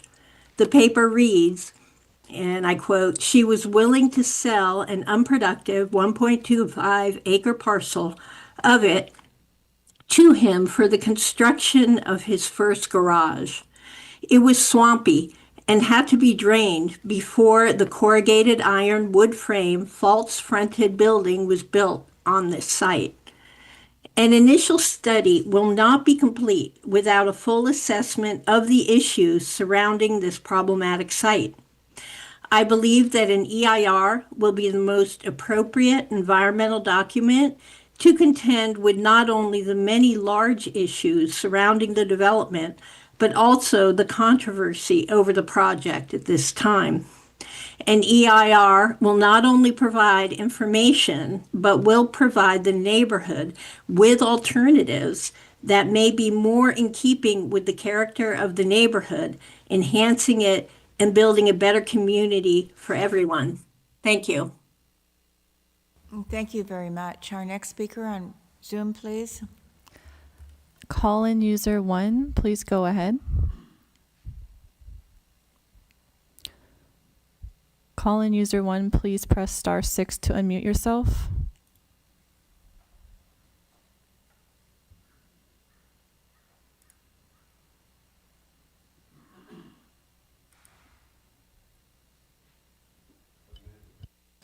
Call-in user 1, please press *6 to unmute yourself.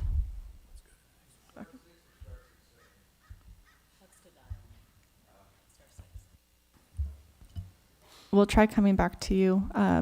Megan, please go ahead. Hello. Good evening, Council. My name is Megan Davis, and I live in Bayside. My children attend Jacoby Creek School, and I also attended Jacoby Creek School from kindergarten through 8th grade. I am concerned for the safety of the children at the school, not only because of the toxicity of the Rogers Garage site, but also because of traffic congestion, which is a serious problem in the area and has not been addressed properly.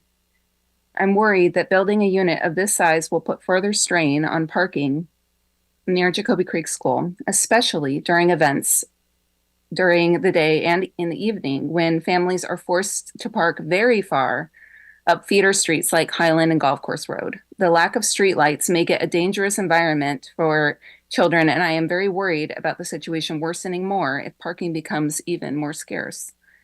The lack of a bus going out to Bayside is another concern of mine. The nearest stop is in Sunnybray, which is a mile walk each way from the proposed site.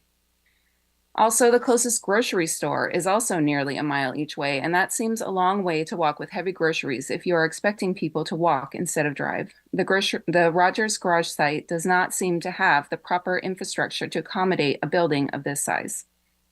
I really want to emphasize that I am not opposed to affordable housing being built in Bayside, but this site in particular is extremely worrisome to me due to the potential for toxins harming children at the school and for traffic safety both during and after construction.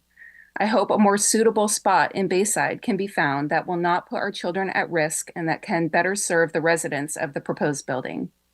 Thank you very much for your time. Really do appreciate it. Thank you. Our next Zoom speaker, please. I'm going to try having call-in user 1 speak again. Yeah. Call-in user 1, please go ahead.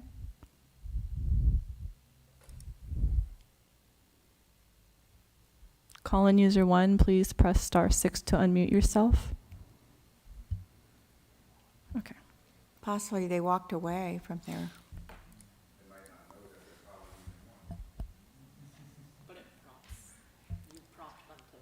Mm-hmm.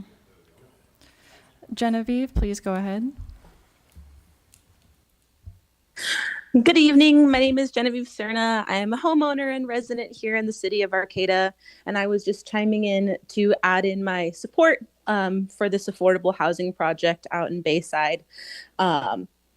It's no mystery that the city of Arcata has long been in a crunch for affordable housing, and that this problem has created, untold complications for the working people living here in the city of Arcata.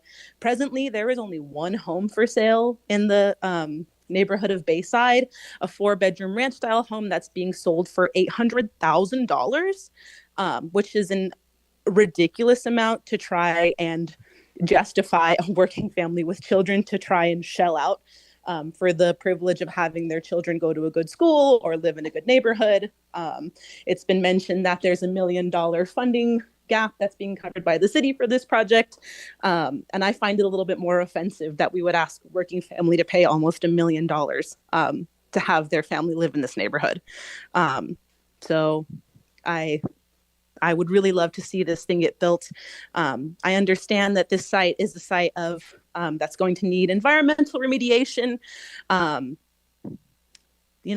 I have faith that the people carrying out this work, if this is their profession, their career, that they will do so in a manner that is safe. There are thousands of sites across the state of California that have undergone similar remediation and, where the sky hasn't fallen quite yet. But where we are seeing the sky fall and where we are seeing people suffer is the lack of affordable housing in our city and others. So thank you so much. Thank you very much. Our next Zoom speaker, please. Yes, Naomi, please go ahead. Thank you. Naomi, please unmute yourself.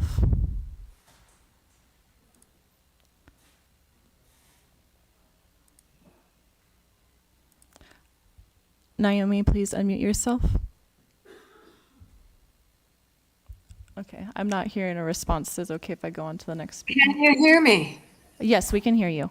Okay, I didn't know how all these buttons on this thing work.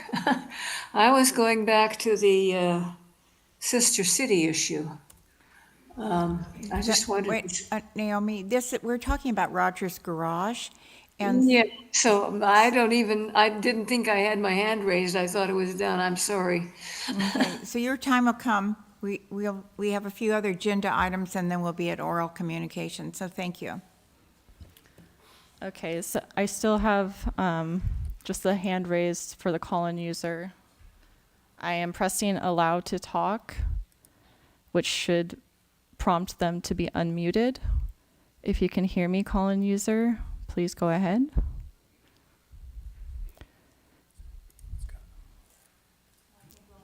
I think we'll have to skip that because there seems to be a difficulty with transmission, or whatever word you want to use. So we have anyone else on Zoom?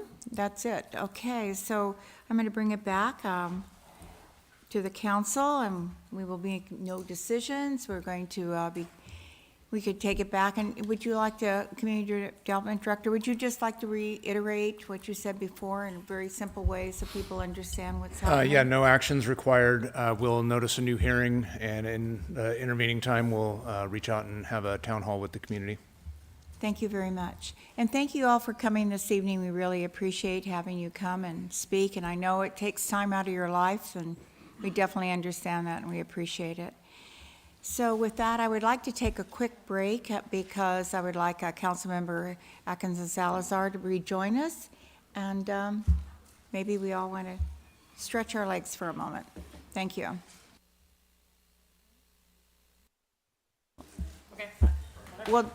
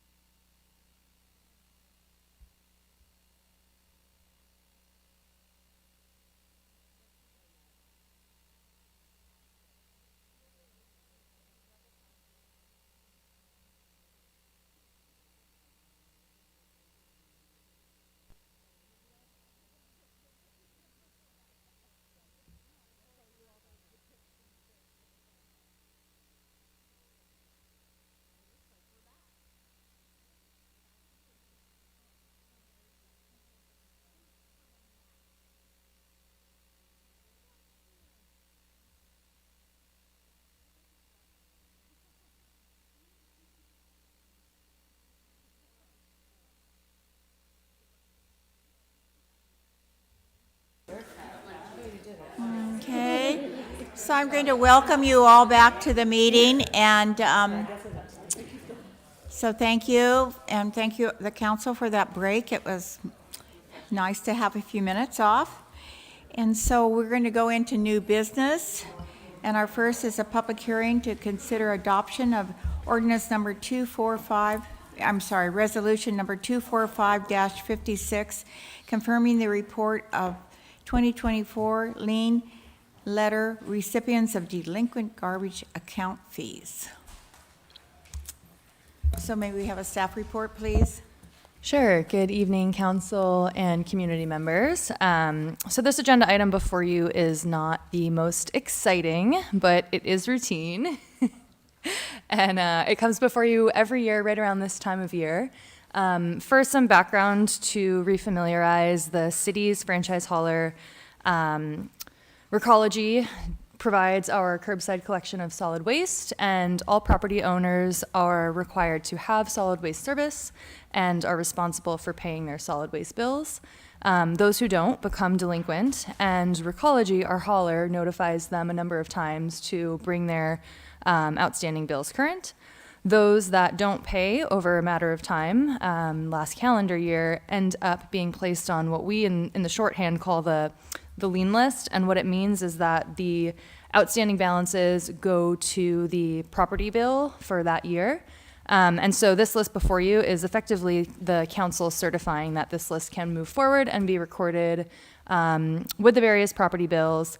Between now and the end of July, any property owners who have an outstanding balance who are on this list can pay their balance with Recology, be removed from the list. And so there is a little bit more of a grace period. And then after that July deadline, those that haven't been paid will move forward to be recorded with property tax bills. So that is the matter before you here tonight. As I mentioned, it's pretty routine. We have not gotten very many calls at all. And so I would recommend that the council adopt the resolution to add these amounts to the various property bills should the time come to pass at the end of July.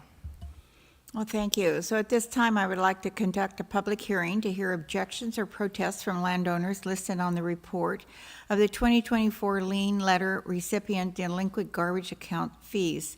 They're just numbers, so you don't know whose name is actually there. So is there anyone in the audience that would like to speak on this item this evening? Is there anyone on Zoom? Nobody's on Zoom. Okay. Well, I do have a question. Oh, you have a Go question? ahead. You No, I start. was going to make a motion to adopt resolution number Well, you can. I can ask the question then. 245-56, confirming the report of 2024 lien letter recipients of delinquent garbage account fees. I will second. Okay, so I'm going to ask my question. If there are any other questions, you can go before me. None? Okay. So you're saying what happens if if you have an apartment, if you have different people in a building and they pay their own garbage and they don't pay it, then the property owner who has the property pays it. Okay. Yeah, yep, that's I know. ultimately correct. I have that issue.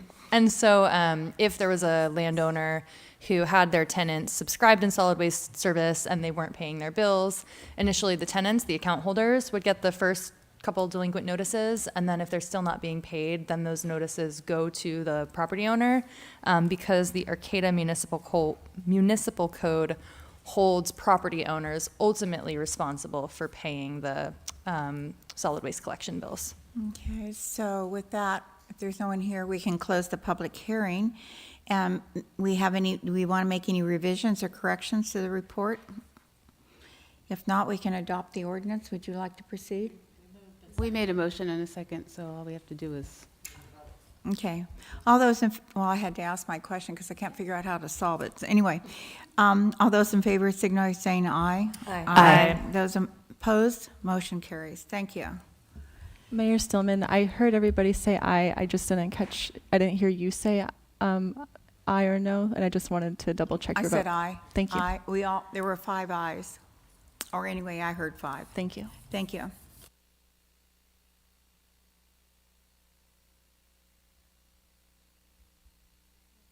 We'll go on to our next item, which is a public hearing to consider the adoption of resolution number 245-55, authorizing application for community development block grant program income for business assistance micro enterprise programs, not subject to the California Environmental Quality Act, quote unquote, CEQA. May we please have a staff report? Yeah, just briefly, what this action item will do is to authorize the city to apply for local CDBG program income to add it to an existing open grant that closes about middle of next year for business assistance loans and microenterprise loans. We've had a lot of interest in the program and are near using all of the funds that are in the grant, and so this will supplement the grant and allow us to make a couple of additional loans. This is a public hearing, so we'd request that you open the public hearing, take public comment, and after closing the public hearing, adopt resolution 245-55. Thank you. With that, I would like to open the public hearing, and anyone please come forward and speak. Thank you. Since we just had a discussion about CEQA with this Rogers Garage issue, and we're talking about grant monies for business assistance and micro enterprise programs, what examples would these be that are not subject to the California Environmental Quality Act is kind of my question, because we were trying to get an exemption from that on a toxic site in Bayside from not subject to CEQA. So it's all so vague to me right now, and I want to support business assistance and I want to support micro enterprise. It's just not subject to, if it's not subject to California Environmental Quality Act, is that because it doesn't have anything to do with the quality of the environment of the business or the micro enterprise? Question mark, big? Thank you. Is there anyone else in the audience that would like to speak on this item? On this item? Yes, on this item of the Community Development Block Grant. Thank you. Okay, anyone on Zoom, please? Nobody's on Zoom. All right, we'll close the public hearing, and then we'll bring it back to the council. Are there questions on this item, please? Yeah, go ahead. I was just curious, I noticed in the background, it says the program may provide fund loans up to 300,000. That was my question. But we're only doing 2. Can we beef it up a little bit? I feel like if we added another 100,000, the loans itself, after we have activity, delivery and general admin fees, it's 160, whereas if we can add another 100,000, instead of serving 2 to 7, we could increase it by another third, so whatever that math is. Maybe we could possibly do, 10, 12 people to get those loans. Yeah, the council certainly could increase the dollar amount if they wish to. We are recommending 200,000 because that's how much we think that we can use in the time that's left on the grant. That's why that number was selected. We still have about 120,000 in the grant itself, and so this would put us at about, somewhere between, 2 to 4 loans, depending on the types that came in. And based on the interest that we've had, we think that's about all we can spend. Yeah, and I think that you explained it to me when we were talking, but can you just explain it one more time? What happens if we do, have 300,000, but we don't use it? Can you explain to me, why that's bad? Yeah, it just, if we over budget for the PI contribution to grants and the grant closes and we haven't spent that money, then we would potentially have to either give it back to the state or, the other, possible outcome is that money then comes back in the form of program income, which would affect our ability to use other grant funds because program income has to get spent first before you draw on grant funds. And then So we're what's really the- trying to I'm sorry, we're just really trying to target the amount that we think that we're actually going to be able to spend. And theoretically, if we, get a big run on business loans, we can come back and get authorization to apply for additional. Great. And what's the period that it ends at? Our expenditure deadline is roughly March of next year. Okay.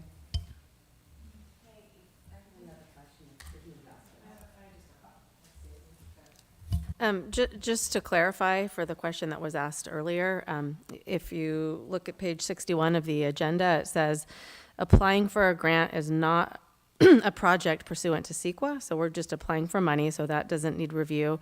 No specific projects have been identified. Any business loans funded through the program are independently evaluated for environmental review. So it's not CEQA because we're asking for money. This doesn't mean that whatever businesses apply wouldn't go through CEQA.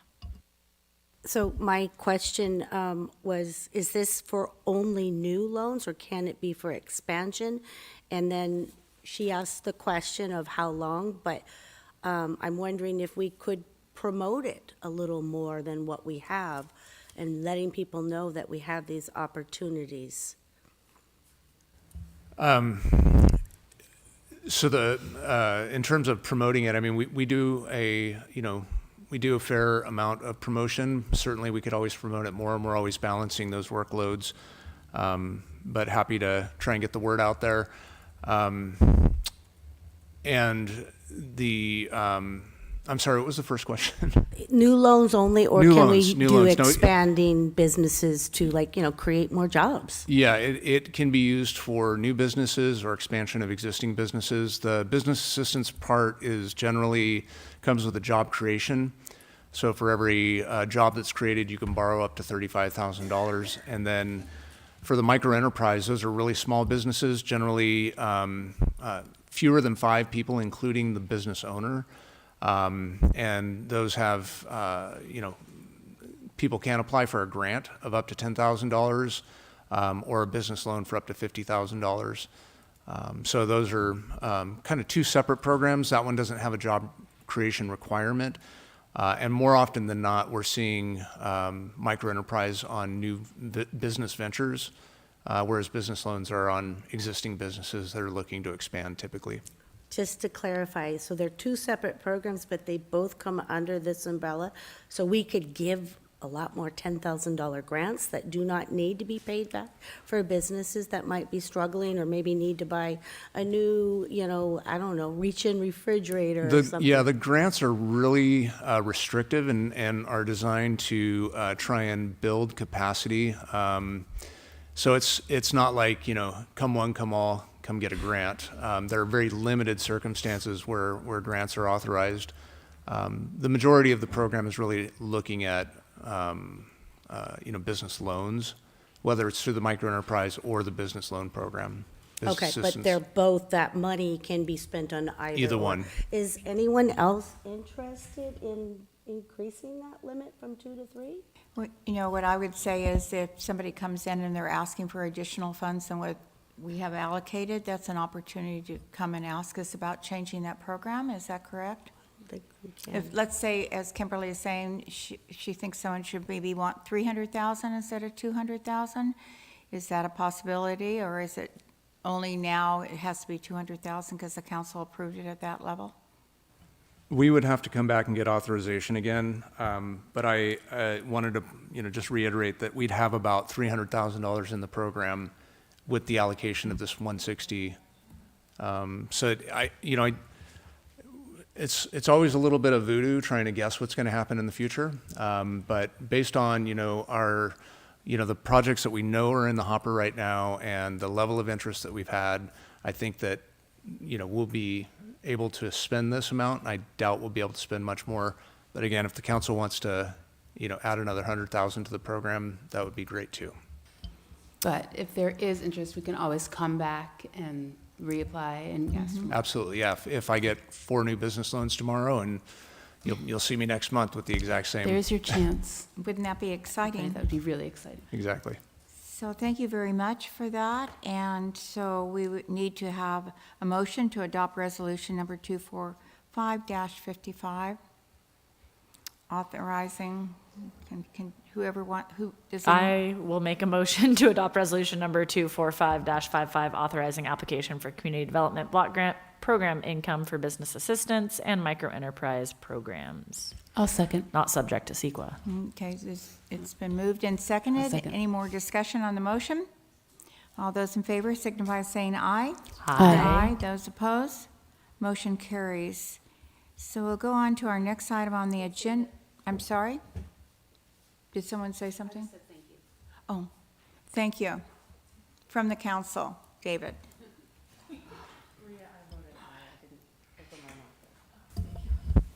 Okay, I'm going to go on to item C, which is public hearing to consider establishing the fiscal year 2025-2026 appropriations limit, Gannon limit, and revising our fiscal year 2024-2025 appropriations limit. So with that, I'm going to open the public hearing and receive a staff report, please.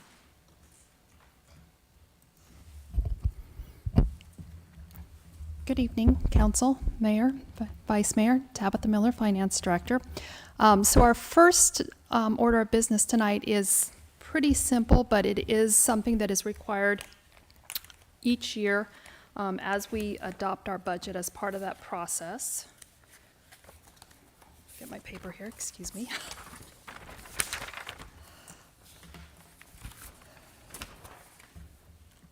Okay. So back in 1979, about 18 months after Prop 13 was adopted, came along the appropriation or the GAN limit. And basically this was considered in the spirit of 13, Prop 13, and it's named after GAN, who actually put it forth back then. And basically it was just another effort to sort of limit increases in taxes and government spending back in the late 70s. It has been modified a couple times by Prop 98 and Prop 111, but basically what it requires is that the state and each local government has to establish their appropriation limit annually. Typically it's done right before your budget, and sets that standard in place. For the most part, the revenues that are subject to your GAN or your appropriation limit are tax revenues. So it is limited and it's mostly general fund. So we're going to dive right in and take a look at the, we are revising the 24-25. This is because when I went to look at the previous year, I discovered that there was a typo in the resolution. The calculations were correct, but the resolution was wrong. So we're going to readopt it so that it's correct. And the biggest reason for that is that your appropriation limit builds on your prior year every year, so it's important to start with a correct balance. Really quickly to walk through this, the first number at the top, number A, the $19,946,493 was the appropriation limit for the year 23-24. It is adjusted by two factors. One is the price factor. That happens to be the California growth in per capita income. So it typically runs higher than your normal inflation or CPI numbers. And then your population factor. And you can see here in between 23 and 24, the population in Arcata and all of Humboldt County actually went down. So you actually lose a little bit of money. You multiply that by your previous base. The difference is your increase.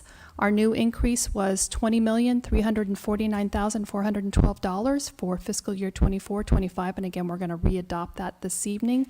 The appropriations subject to it were only $14,477,106, which means that you have a pretty good buffer between hitting your limit of almost $5.9 million for the current fiscal year.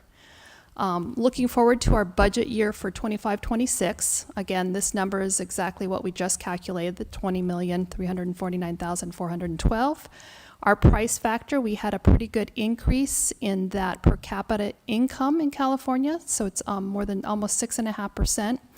Arcata also had a small population increase. We were the only city in Humboldt County to do that, which gives us about an 8.2% increase in our GAN limit for the upcoming year, about $1.67 million.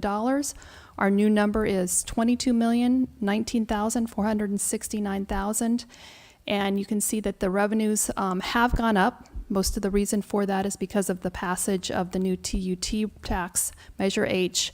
But we still, our revenues are still, we still have a buffer in that of about $4.7 million. So we're still well below the cap on your appropriation GAN limit. I just thought it would be interesting to show you the numbers for population for this last year that are used to calculate the fiscal year 25-26 limit. And you can see again, we were the only entity that had a population change. It was only 1.66%, but it was positive and it did give us a little bit more of an increase. And overall, the county was 0.05% less than the prior year. And with that, I'm happy to answer any questions before you take public comment. Does the council have any questions on this before public comment? Thank you. Okay. Then we will ask anyone in the audience who wishes to come up and speak on this during public hearing. Anyone like to speak on this item? All right. Do we have anyone on Zoom? No, there's nobody on Zoom. Okay, thank you. Did you wish to speak, sir? I just want to ask a question. With like the new housing development, 1,000 units, is that counted as part of the city of Arcata? Because I hear off we didn't vote it in and it's like federal and then we don't get taxes off of those units. So are they part of the city? Are you asking? I'm asking somebody. Yeah. Are you asking about Bayside? Yeah, the new thing here. No. You're across the street from HSU.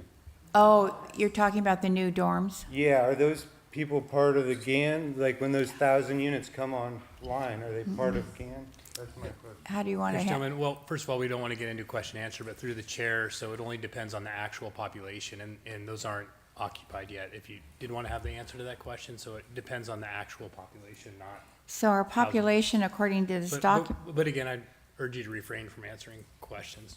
I was just going to mention my question. Thank you. I thought it was interesting that we saw a population gain in Arcata, and then we noted how there were other areas that have not lost much, but in some cases 47 people, 2 people, and that we actually have a gain of 310. So that's quite do I have that information correct? You do, and so it is a positive. That's how we figure out, all the information is figured out on the population. Is that correct? The population and then the increase in the California state per capita income growth. Okay. Those two are factored together. So, Sarah, do you have a question? Would you like to? No, I was going to make a motion to adopt resolution number 245-52 establishing the fiscal year 25-26 appropriation limits and adopt resolution 245-54 revising the 24-25 appropriations limit. I'll second that. Okay, it's moved and seconded. Any questions on the motion? Hearing none, all those in favor signify by saying aye. Aye. Aye. Those opposed, motion carries. Thank you. And we'll be going on to our next item, which is the public hearing to adopt resolution number 245-53, adopting the fiscal year 2025-2026 proposed budget. And with that, I would like to open the public hearing and then receive a staff report, please. Thank you. So we'll get started here. I just wanted to do a little bit of recap before we get too far into this presentation and remind you that I'm going to do an overview tonight, and we're not going to get too far into the details of the budget because you did have 3 budget study sessions over the last couple months. You met on April 9th, May 8th, and May 14th. So we've gone through quite a bit of this information in detail, but I do want to provide enough information that it's an overview for the public. The other thing I wanted to remind you is that Municipal Code 2305 does require that the city adopt its budget before July 1st. And just kind of to tell you that this is your budget, this is the City Council's budget. So if you do have changes that you need to make tonight, that is acceptable, or if you have questions. So I want to make sure you are happy with what we're presenting and you're hopefully adopting this evening. The other thing is that this information is available online, all of the details, funds, the details that we'll go through on the city's website in the proposed fiscal year 2025-2026 online budget. We've also updated that transparency portal, which provides you financial information, and you'll see that information there too. So if anybody wants to dive deeper into anything we talk about tonight, that information is available. There are a few things in addition to just the revenue and expense estimates that you're adopting as part of the budget tonight. Your city goals, objectives, and priority projects are included in that budget, as is the budget process policies, the capital improvement program, CIP, both the projects and the budget for those projects. And then you're also authorizing staff positions, and you're adopting their estimated salaries and benefit costs as part of the budget.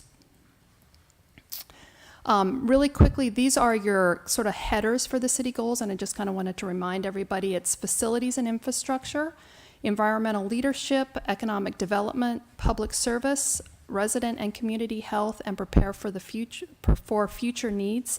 And within each of these goals, you have very more specific goals that wrap up to try to make sure that we can meet the overall goal of city council. You also have city council priority projects that we spent one whole work session on. And again, these are just the headers, and within those, there are more specific detailed priority projects to meet both the project goal, but also your city council goals. You know, we've got the Coordinator Regional Homelessness Reduction Strategy Framework, identifying initial priority benchmarks to provide or continue to shelter those who or may become homeless. We've got a list of Valley West improvements to meet that goal. We also want to look for opportunities to collaborate with Humboldt County and local jurisdictions, nonprofits, to increase mental health and social services. We've got many specific items related to public safety goals and projects to continue to grow the government relationships with your local tribal governments. Economic development strategies, we've added quite a few of those this year. Prioritizing future planning, climate change and climate adaptation, implementing the Arcata Art Strategic Plan by working with the existing art efforts and established in the community, our parks improvements, safe streets, continuing to maintain our strong partnership with Cal Poly Humboldt, and then exploring the support for Spanish translation of city council meetings, and then finally diversity, equity, and inclusion are on your list. So the numbers on the left here are really sort of the 6 most important numbers that I think when you're looking at your budget, it kind of gives you a good overview of where you stand and what this next year will look like. So first number is your total budget is $110.7 million. As a comparison, this number last year was $87.6 million, so you've got a $23.1 million increase. The next item, the total capital, is really the driver of that. It's been the driver of your budget for 5 years. It's been, you know, a huge number. So it's $60.6 million this year. It was $44.7 million last year. I will tell you the total capital and your total CIP or capital improvement program numbers are slightly different when we talk about those later. Your total payroll and benefits is going to be $21.3 million. Last year it was $20.8, so it's got a 2.4% increase.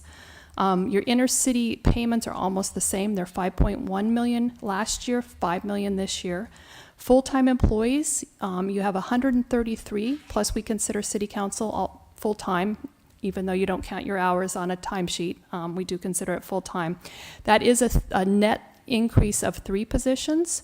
You added 3 positions at mid-year. We eliminated 1 at the end of last year, which was the transit administrative position. And then in this budget, in the new year, you are authorizing 1 new position for a maintenance worker for utility and streets.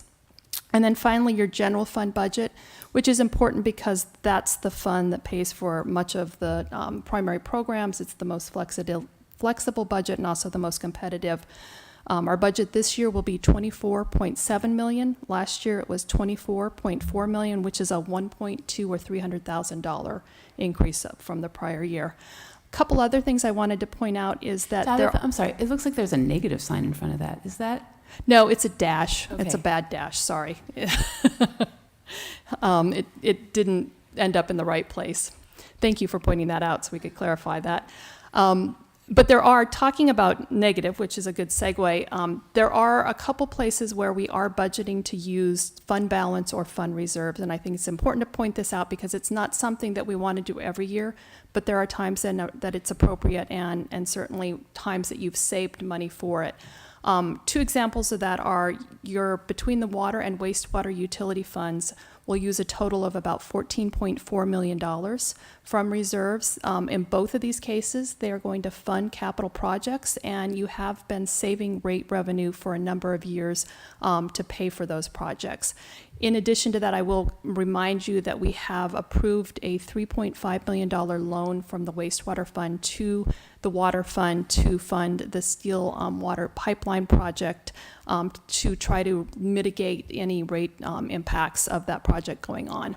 In addition, we are budgeting $757,000 of general fund monies. And again, you are in good shape with your general fund reserves. You have currently at the end of this year, including the use of those full reserves, we estimate that you'll have 78% of your operating and annual operating expenses. That's equal to about 288 days of operations. That number was a little higher last year. It was 299 days. But again, your policy only requires 30%, which is about 3.6 months. So you're well above your reserves, even if you spend all of that money. The other piece I would talk about here is that it is one-time reserves. So it's projects, we're spending it on one-time projects, so it doesn't become part of your ongoing operating balance or budget. This is a pretty good list, but this is still only selected projects that I wanted to make sure that the public and the council was reminded are included in this year's budget. Completion of the Economic Development Strategic Plan, renovating the Redwood Park basketball court, park improvements at Carlson Park. If you remember, we had a little bit of extra money left over, and it's going to be reinvested in those facilities. We've got citywide encampment and illegal dumping cleanup. We've got $50,000 for that budgeted. We've also budgeted $50,000 for the nuisance abatement program. We have included that flash boat for polling in the budget. Completion of the water and wastewater rate study so that we can make sure that those funds are properly accounted for. Sale of the Alder Grove Industrial Park parcels, the two that are vacant and still owned by the city. Planning and programming for the Valley West Community Center should also be completed this year. We've got 2 overhire police officers budgeted and a little bit of an overlap for your lieutenant in replacing that position. And then Measure H is supporting parks, alternative transportation, public safety, emergency response, parks, and other facilities and maintenance improvements. So that's another add to the budget this year. As always, I know that this is quite a bit of numbers, but I think it's important because it's all your funds. And if you go to the right-hand side, you can see the 2026 budget. It's that $110 million we just talked about. Obviously, I've highlighted capital outlay for all years. This has been a theme since I've been here and before, which is we continue to spend more than 50% or budget more than 50% of your annual budget for capital improvements. And those infrastructure investments are parks, transportation, and certainly your water and wastewater utilities. And that is really a huge number. When you're spending more than, when you're budgeting and spending 40 to 50% of your total expenses on an annual basis, it's certainly looking forward. And when we talk about planning for the future and investing in the future, the city council is making a huge contribution to your ongoing operations, and things that we will benefit as citizens 10, 20 years from now are being funded here. So I just kind of wanted to make sure that we were aware of that.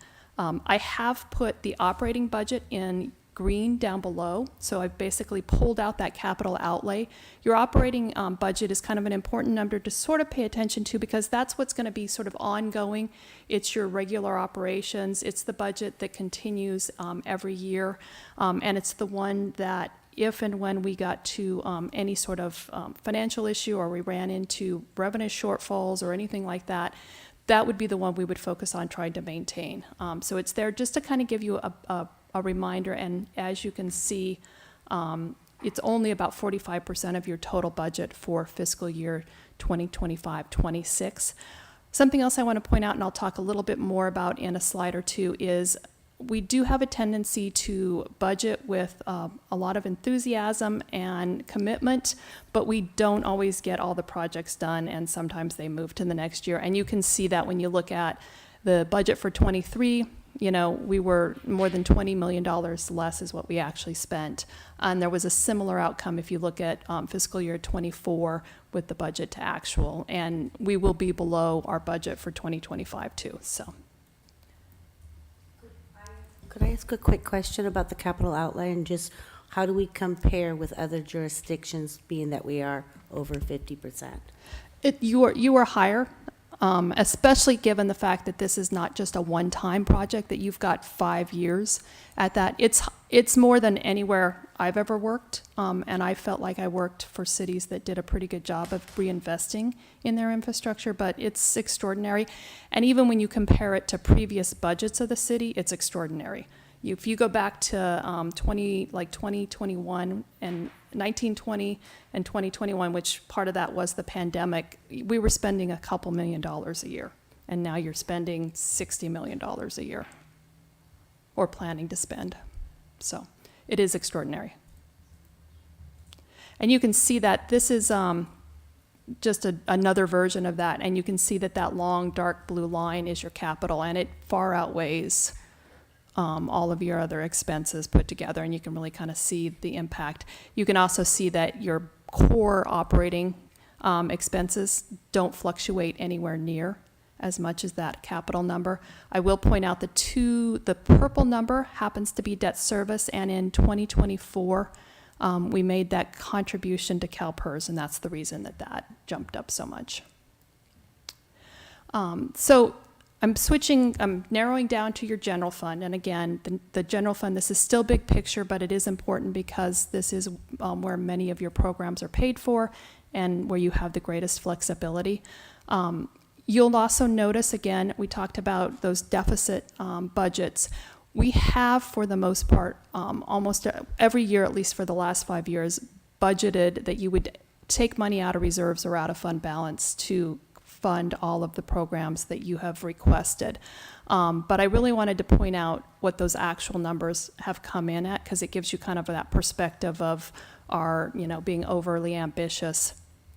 And you can see in the actual here, it went positive. We budgeted for a negative in '23. It was actually a positive. We budgeted a fairly large one in '24. It was only $400,000 negative. And even what we're estimating for '25 is going to be a positive as opposed to the negative that you budgeted. And the graph below just kind of shows you the difference between the revenues in blue and the expenses in orange there. But this probably provides you a little bit better kind of idea of that true up and sort of the consistency that happens there. So in 2022, you can see again, we budgeted for a negative 0.7. We actually ended up $2.5 million to the good, which is a $3.2 million difference, a positive difference. We had the exact different numbers, but we had the exact same difference in 2023. When you look at what we thought was going to be the negative, we made that up plus added $1.8 million. We were at 3.1 total to the good in 2024. We're estimating $3.5 million in 2025.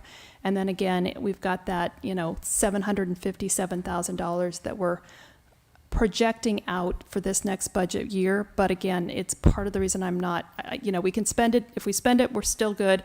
But if we follow suit and we come in under budget, that's obviously a positive. And I feel pretty confident that we're in a good spot. I am not going to read all these to you, but you have 31 special revenue funds. Your special revenue funds are really important because this is the source of much of that grant money, state subvention money. It's the money that we basically comes in and isn't necessarily generated by the local taxes. And so it funds quite a few programs, and it was the CDBG money that David was talking about earlier. And so I wanted to kind of highlight, let me go back one. Highlight it because this is another year where you've got a significantly higher than normal number. You've got a $36.9 million budget in all of your special revenue funds. The last 2 budget years, it's been $18 million. So you've doubled it. Again, it's that capital outlay. That $24.1 million is primarily transportation projects. It's going to be the U.S. 101 Sunset Interchange project, and there is $3 million in that number that is for our Reconnecting Arcata project. Unfortunately, it doesn't look like we're getting funding this current budget year, so we will probably move that out of your budget, and we'll have to see what happens with that project going forward. So that may be a little bit less. So we will get the funding, though, it's just. I don't know that. I can't say that. We aren't getting it. We aren't getting it this year, and I think we'll have to see what happens in future years. But we have not been told we're not getting it. So I feel like I'm out of the loop because this is the first. This is brand new within the last few days. Okay. Yeah, which is why I'm mentioning it. And it's brand new enough that I didn't take it out of the budget because we were that far into the process. And you'll keep us updated on that, We of will, course. yeah. Your water enterprise fund, again, you've got an $18.3 million budget for fiscal year 25-26. $11.5 million of that is capital outlay. It's about 63% of the total. In your special revenue fund, we just looked at it, it was about 65%. But again, that's your Steel Water Line project, your Plunkett Water Line project, and Tank 4 rehab is included in that number. Your debt service in your water fund is so small, I could not fit the 0.1 number into the little narrow strip there. And your wastewater fund, you're at $25 million for next year. Your capital outlay is 72% of the total, and that $17.9 million is the final year of the wastewater treatment plant project, which is about $11.5 million. It's also your same project, your Steel Water Line project on the sewer side, which is your infill and infiltration replacement of those lines. So again, making big improvements in your utilities going forward. Just finally, one of the last slides, your capital improvement program, $62.6 million, and I wanted to highlight a few of the projects that you might not know about. We've got the EPA brownfields cleanup at Little Lakes Industrial's mill site, $475,000. We've got improvements for the Happy Valley potential industrial park. We've got bicycle and pedestrian improvements on Samoa Boulevard. We've also got citywide bicycle and pedestrian improvements. We've got construction of the Annie and Mary Trail scheduled for this next year. The US 101 and Sunset Avenue interchange that we've already talked about in that special revenue funds. Steel Water Line replacement, your sewer inflow and infiltration reduction, and then of course the wastewater treatment configuration, completed construction that we talked about already. And with that, I'm happy to answer any questions you might have. So, would you like to, let's invite the public to speak on this item. Is there anyone in the audience who wishes to speak? Yes, please. Hi, my name's Joanne McGarry, and Tabitha, you do a great job, it seems. Wrapping my head around all this is difficult, but the special revenue funds, I just wanted to give you a little bit of a reality of people like me who live in Arcata. Apparently, I don't know if it's the Affordable Housing Act or whatever, but I have benefited gratefully from the tenant-based rental assistance program for the last year. And it was apparently a bridge grant that was acquired by the city from, I think, the federal government to allow people like me to afford to live in current housing that's not necessarily Section 8 housing or designated affordable housing places like Sorrel Place or Plaza Point. But that money is ending at the end of this July.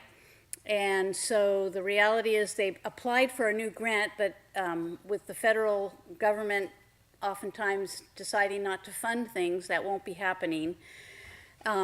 Probably, I've been told. And so I just signed a new lease for the place I'm living that I'm going to have to pay twice what I was paying, and it'll be over half my income. So I just want to give, when we're trying to keep people from getting homeless, I'm going to really work really hard at making do with this, and I'm not alone in the challenge. But I just want to say this out loud, that we're budgeting for a lot of things, But some of the things are not being budgeted anymore because we're not getting the money in the special revenue grants, is my understanding. So we gotta kind of look, mix it all together and connect it all together and realize that if we want to deal with homelessness, we got to deal with keeping people like me in a safe place to live. You know, I can do it, but other people might have more challenges than I. But it's a reality that you need to hear out loud in this room at this time, at this podium. Thank you. Is there anyone else that would like to speak at this time? Do we have anyone on Zoom? I do see one hand raised. Naomi, are you raising your hand to public on the proposed budget? Naomi, please go ahead. Can you hear me? Yes, we can hear you. I didn't raise my hand. There's this icon down here that says I have my hand lowered. So I don't know what's going on with this thing. Okay, thank you for letting us know. Okay. Okay, then we have no one on Zoom, and so let's come back to the council. And Sarah, would you like to start this evening? I have my microphone on. I'm sorry? I have my microphone on. Okay. I just want to, I think that the 3 study sessions were a wonderful way to kind of dig deep into each of these facets of the budget and get a really great understanding. So I feel really comfortable with this budget. I do want to thank Arcata for voting for Measure H so we can continue all of these much needed projects. And I'm glad that we're going to be tracking them. And thank you, as always, for the very clear, concise presentation. Okay, well, then we'll go to Kimberly. So you said if we had a change, the time is now. Yes, it is. Don't want to mess up everybody's budget, but I also have been really concerned about the tenant-based bridge housing. With the highest rate of people becoming unhoused now, it's the seniors, and we have a lot of folks getting this supplement out at Lazy J Senior Mobile Home Park. And I'm just wondering, what is the plan? What are we going to do? How do we be proactive and not have this the new set of unhoused individuals? Is there, yeah, I guess I should stop and breathe and let you try to answer that question. So I don't know that I can answer all of that. The funding has gone away, and we've talked about this through the budget process. It was the home program. We have applied for additional, but all of the communications that are not necessarily direct to the city, but are out there for everybody to see, have said that the home program is being eliminated at the federal level. So what's our backup plan? Are we going to just let it, I mean, not to sound all dramatic, but yes, please, thank you. Yeah, so I'm afraid this isn't the news that you want to hear, but we had the homelessness and housing meeting today, and one of the things that Darlene from Arcata House Partnership told us is that right now, nationwide, there are 19,000 people a week going homeless. And so and what she was saying is these kind of programs are what are keeping people in house. But the reason that these numbers are up so high is because all of these programs are going away. So there is no way that any city or small community can absorb that. This is a problem that is far above us. Like we have to be reaching out to those in higher places to get the funding back. This is like the home program. That's just one program. There's lots of cuts happening. And so, yes, there's a whole population of, and what Darlene was saying today is of those 19,000 people, those are mostly new homeless folks, people that have been housed, that are seniors, that are subsidized, that are becoming unhoused. So we have to, as a group, everybody has to be screaming about this to those above us. We don't have a backup plan, and we cannot. And is there any way that we have like a discretionary fund where we can just do those who are at the highest risk, not trying to fill the entire status quo that we have? Well, I just want to interject one thing too, is that some people were paying rent, whatever their rent was, and then they got the rent subsidy. And what I always hoped is they were saving their money that they weren't paying in rent, and that they were able to put it aside. So when the programs go away, That's for those who have the privilege to Yeah. do that. When Most 50% people- of your income Yeah, is that's- going to you're supposed housing, to you be are housing paying less burdened. than It's not 30%. possible to save. Exactly. Like Sorry. you're out of touch with how expensive things are. That's insane to say. So I don't have great answers You're for. not rent burdened. Like you don't get it. You don't get it. And that is a really insensitive comment to make. Yeah, Like you don't get it because you haven't lived that circumstance. And when 50% of your income is going to rent, and then you have to buy food and you have to pay rising utility rates when PG&E is more expensive than it's ever been, and the cost of internet, now you have to have a cell phone to be able to make it in this world. Like each and every one of those things adds up to far beyond that other 50%. And like Stacy said, 19,000 people per week in this country are going homeless because our federal government has cut dramatic funding to welfare, to health care. Like that's things that I know you support that. And so like to say that I is support just so what? I don't know. You want to get into shocking. an argument? No, I don't want just, to get into an argument. that's not practical to tell people that they should have been saving that money because it's not the reality that people live. I hope some people have thought about that. So, and then something that I left out, because we need to know this, the cuts that are coming to possibly to Medicare and Medicaid, that is going to compound this so very badly, very badly. Well, thank you for being the bearer of bad news. It is bad news. And with that, I don't have great answers, and there isn't a discretionary fund out there. That said, this is, and creating a new program is something that we need to put some thought into, and who those people would be and how we would administer it, because there aren't templates for us to work with because they don't exist anymore. But that is something that we can certainly bring back to the council, and obviously the home program is just a small piece of a much bigger pie that we are not going to be able to solve as an individual city. But I'm happy to certainly, have that conversation. Something else I should say that's kind of important is, yes, you can change your budget tonight, but you can also change it after the 1st of July. We can come back, and it doesn't have to be, we've talked about it even with the Reconnecting Arcata and some of the other programs that we don't have any idea where we're at, that we may be back to you earlier than mid-year to address those things, or to at least let you know what's happening. So that would be the suggestion, would be that if this is something that the council wants to take on, that we actually have a special meeting where we talk about that specifically. I'm happy to hear not everything's cut in stone. Thank you. I can sleep tonight a little. Okay. Can I? Are there any other comments? Yeah, and I'm already worked up about housing, so I'm going to remain calm on this one. But I think it is the appropriate time to bring it up just because, again, we've had repeated public commenters that have talked about divestment, and we've talked tonight about, these massive payments that we make to CalPERS. And obviously, I understand the rationale behind that, and that we need to have people obviously get their retirements that they've been paying into.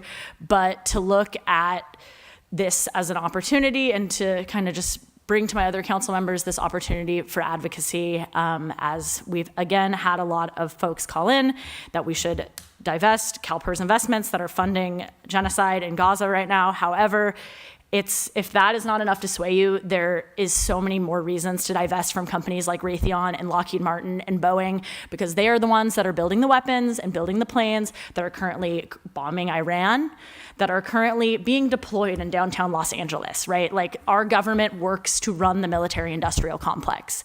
And so if you also want to talk about divesting from fossil fuels, those things go hand in hand, because war kills the environment. And if it's not enough to want to divest for one conflict that's taking place in Palestine, you should want to divest for all of the things that the military-industrial complex does that ruins our lives. And these companies are evil.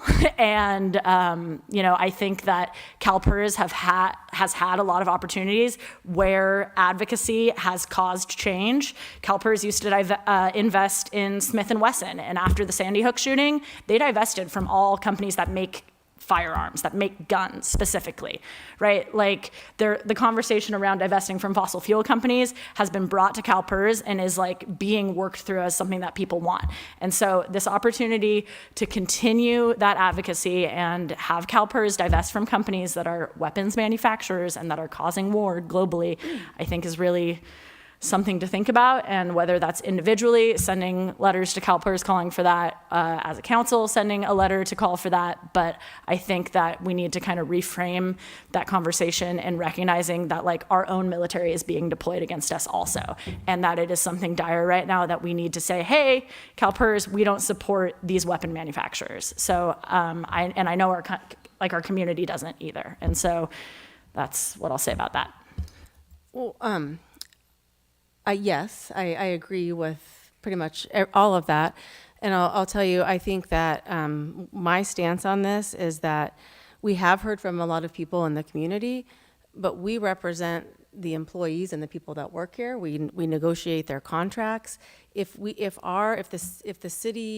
employees that we're in charge of this money of the city of Arcata are coming to us, if their unions are coming to us asking for this, and I think that's a conversation we should have. But until the people who we represent up here, as far as their paychecks and their retirement comes to us, that's my hesitation.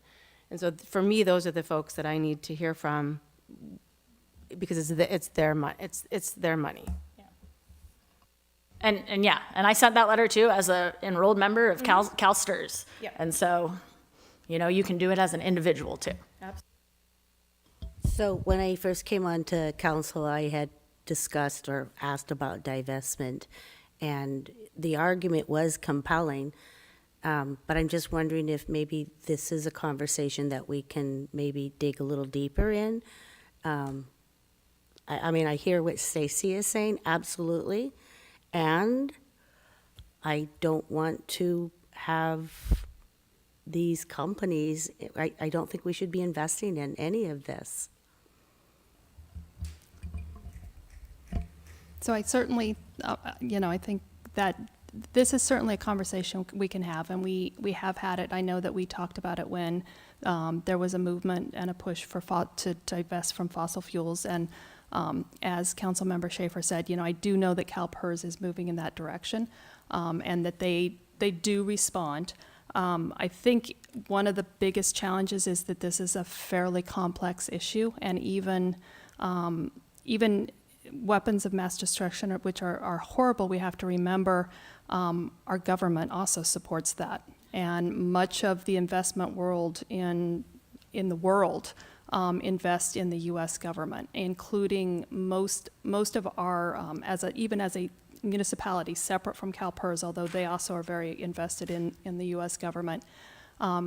We essentially are required to invest in safe investments, which means that we invest most of our money in the U.S. federal government. So I'm happy to have that conversation. I'm happy to bring back and look at it in more detail and look at it from a full perspective. But it is not an easy. It's not an easy issue, and it is something that it does have lots of pieces and parts that we just would need to take a look at. But the council can individually, of course, and any employee, anybody out there can individually make that decision to support or not support, or ask CalPERS to make different investment decisions. But the question is whether or not the council, where you would land on that. But if it's a conversation you want to have and go through, we can do that. And then you'll make the decision. And also, I just want to mention that Eureka I don't know if they had the conversation or not, but that is a conversation they were planning on having or have had, PERS. Okay, so being that there may not be anyone else, we're going to close the public hearing and are we going to adopt resolution number 245-53, adopting the fiscal year budget 2025-2026 proposed budget? Anyone want to move for that? No. Well, No, I do, but I lost my page. Hold on. All right, I will Well, make a motion to adopt resolution number 245-53, adopting the fiscal year 2025-26 proposed budget. I'll second. Okay. Thank you. I was just going to move myself since I have it right in front of me. Okay, any more discussion on this item? Hearing none. All those in favor? Aye. Aye. Aye. Those opposed? Thank you very much. Thank you. And thank you for the presentation. Thank you, Tabitha. The next item on our agenda is the introduction of ordinance number 1580, an ordinance of the City of our Council of the City of Arcata adding section number 3200 to designate fire hazard severity zone to Chapter 1, Fire Prevention and Fire Protection of Title number 3, Public Safety of the Arcata Municipal Code. And so, I'm going to ask for a staff report, please. Great. Well, good evening, Council. Emily Sinkhorn, Environmental Services Director. And this item is a public hearing to introduce an ordinance to designate fire hazard severity zones in Arcata. So CAL FIRE, our state agency for forestry and fire protection, is legislatively mandated to evaluate forest fire hazards, in particular near communities. And they have done this for a number of years. We've incorporated their mapping into our general plan. They have recently released a new updated hazard mapping for Arcata and for California, and that was released at the end of February.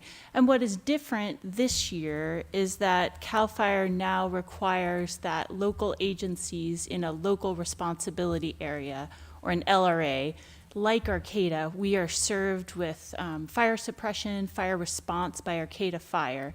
In those local responsibility areas, we now need to adopt the map if we have a moderate or high fire severity.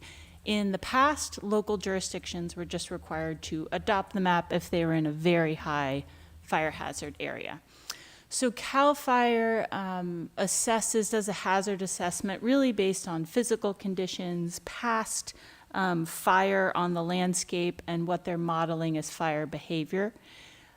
This is different modeling than insurance companies use as a risk model. And so CAL FIRE's messaging is that adopting this map will not affect insurance rates because they're different models. In Arcata, the latest fire hazard severity zones that have been mapped,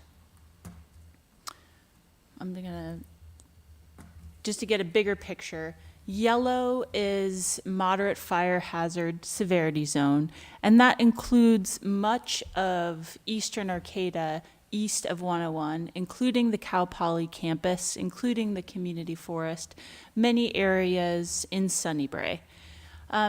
In the city's Jacoby Creek forest, there's one little sliver that is designated as a high fire severity area. That is a natural resource area. It's not private land. We're not regulating building within that area. So when this map was released to the public, and I'll just leave it up on the screen and zoom in a little bit more. When this map was released to the public, staff posted on our website, and it's available on our Maps and GIS page. The Forest Management Committee also agendized this topic. We had a very productive and insightful discussion. The committee did not make any further recommendation. The CAL FIRE requirement is that local jurisdictions adopt this map. And we cannot lower fire hazard severity. A local jurisdiction can only raise it. So the Forest Management Committee did have some helpful conversation about ways that the city can continue to encourage property owners, new building, existing homeowners, business owners, of ways to do some lower cost fire hardening, defensible space creation. And our UC Cooperative Extension has a lot of great tools. Our representative, or our lead Extension Agent Jana Valikovic, who is also on the Forest Management Committee, has done a lot of outreach about this, and that information is available.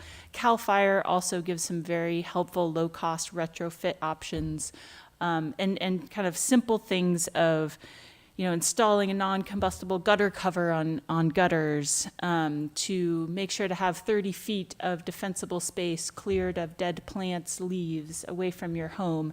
These are things that, even though on the more northern coast of Arcata, in the redwoods, we may not think of high fire return intervals, but we do know that fire is a natural piece on the landscape. And so these are things that all of us can do and think about for preparation. So I just wanted to speak to that because if we had high severity mapped within Arcata, there would be different regulations that our building department and our municipal code in the building section would have to take on. And those are things at this moment with moderate fire hazard severity that we do not have to do, but these are things that we can encourage as tools to be best prepared. So I'm happy to answer any questions and suggest opening the public hearing, taking comment. Okay, I'm So going to thank do you. that right now. So I'd like to open the public hearing on this topic, and so anyone who would like to speak on this item, please come forward. All right, do we have anyone on Zoom for this topic? Yes, Naomi, please let me know if you didn't mean to raise your hand. Because the topic is the fire prevention and fire protection. Naomi, are you there?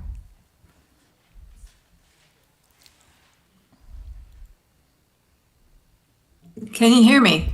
Yes. I'm sorry, this thing keeps raising the hand on its own. I haven't touched it. Okay, thank you. Oh, dear. Okay, well, thank you. Sorry about that. So then I'm going to close the public hearing and bring it back to the council.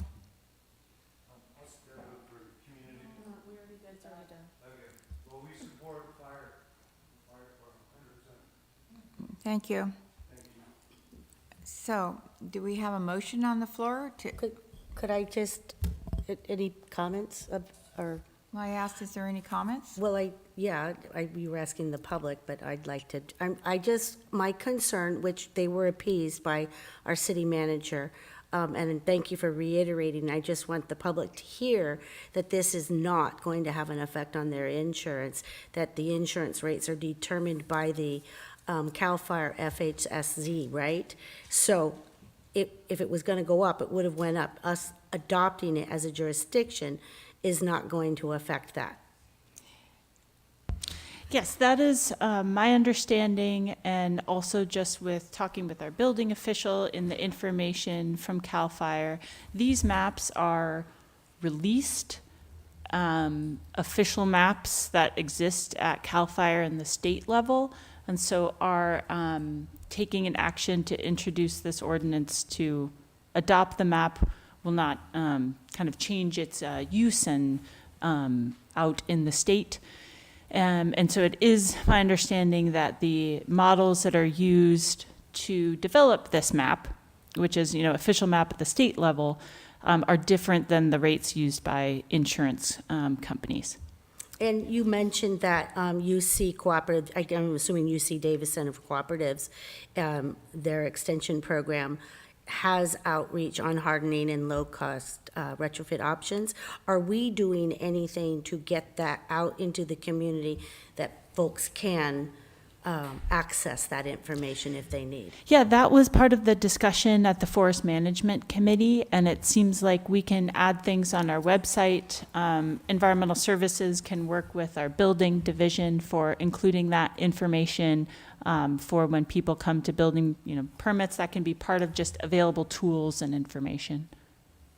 Thank you. And that area, of course, is an area where a lot of people have had trouble with getting their insurance anyway. And you don't have to actually be up there. You can be in other parts of Arcata and still not be able to get insurance or have your insurance canceled after paying for 25 years or something. And so a lot of people are really distressed about the requirements for insurance and their inability to actually secure it after paying for years. So fire in California is difficult. And I'm sure people will read this as being part of the hammer towards it, no matter if it is or not. Nevertheless, do we want to introduce this ordinance? And if so, would someone please take that on, or would you like me to do it? I'll make a motion to introduce ordinance number 1580, an ordinance of the City Council of the City of Arcata, adding section 3200 to designate fire hazard severity zones to Chapter 1, Fire Prevention and Fire Protection of Title 3, Public Safety of the Arcata Municipal Code, waive reading of the text and consent to read by title only. I'll second. Is there a second? Okay. All right, so any more discussion? All those in favor signify by saying aye. Aye. Okay, we all agreed on that one.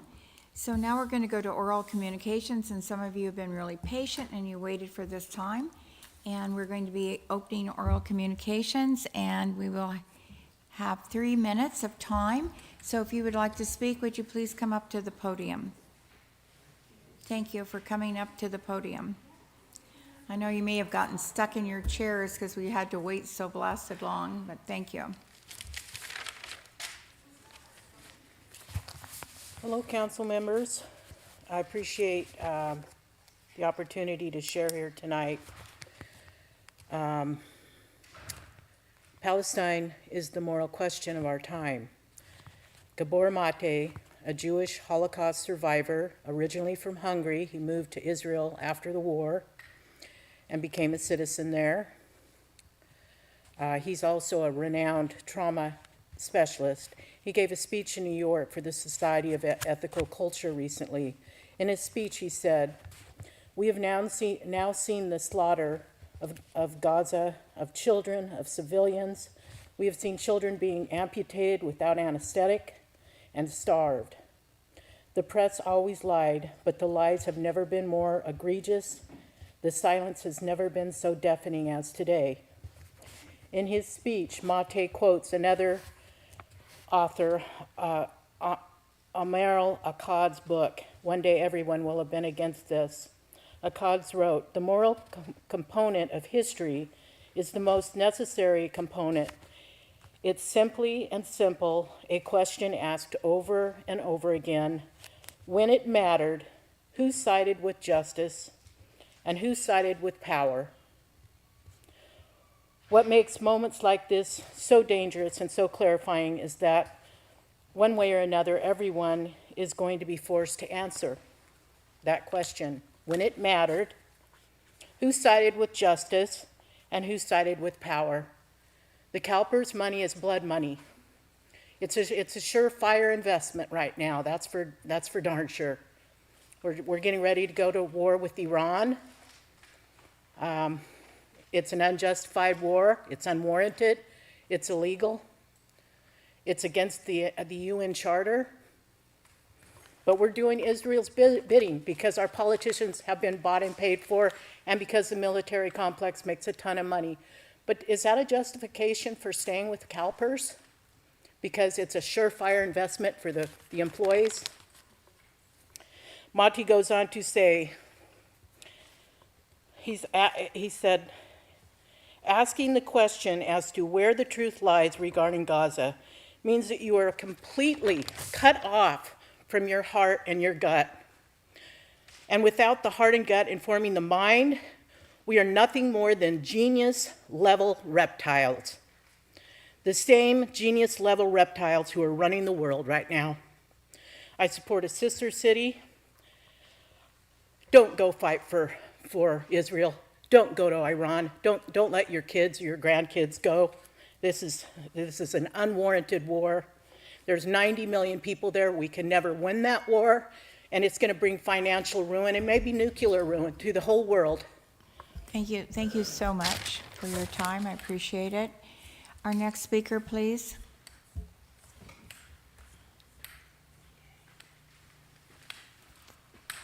Good evening. Thank you. Good evening. My name is Ella, and I live in Arcata for the last 2 decades.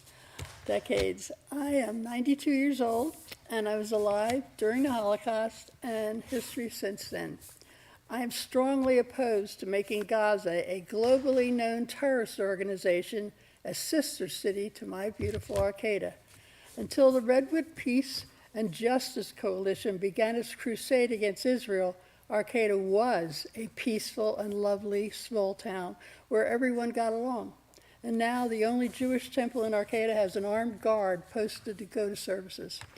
This Redwood Peace and Justice has done nothing to promote peace, either in the Middle East or right here in Arcata. What have they done is promote and condone hatred against Jews. I saw the Redwood Peace and Justice sign in the farmer's market, and I quote, "Our taxes bomb kids in Gaza." What an ugly, ugly one-sided sign. Did you forget that Gaza started the war and is still bombing Israel and Israeli kids? Don't Israeli kids matter? Where was the sign after October 7th for the slaughter of hundreds of unarmed kids at an innocent music festival? Was it okay for our taxes to pay for that because they were Jews? And yes, our taxes helped to pay for the worst massacre of the Jewish people since the Holocaust. Look it up. I am not a tech-savvy person, I'm old. But most of you, it's going to be easy to find it. Look it up. Look up Pay for Slay. That's P-A-Y for S-L-A-Y. The Palestinians have been receiving money for killing Jews for decades, and the murderers of October 7 plan to put in for their share. One of the murderers on October 7 stopped to call his father to say, "Dad, I killed 10 Jews, I killed 10 Jews." And his father congratulated him. Now you know why. The PA, Palestinian Authority, pays generous rewards to Palestinians and or their families who carry out bombings, stabbings, and other attacks against innocents in Israel, including Americans. This has been labeled the Pay for Slay program. Because the U.S. has been providing aid to the Palestinian Authority, the U.S. has been indirectly paying for this terrorism from our taxes.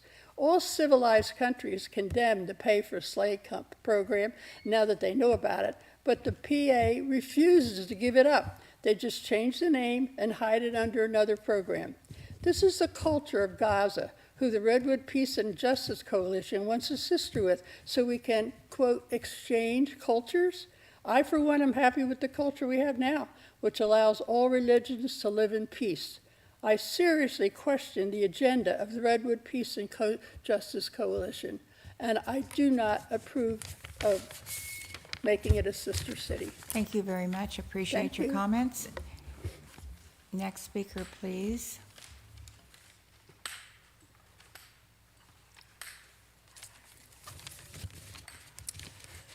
My name is Jody, and I live in Arcata. I'm here today to strongly object to adopting Gaza City as a sister city to Arcata.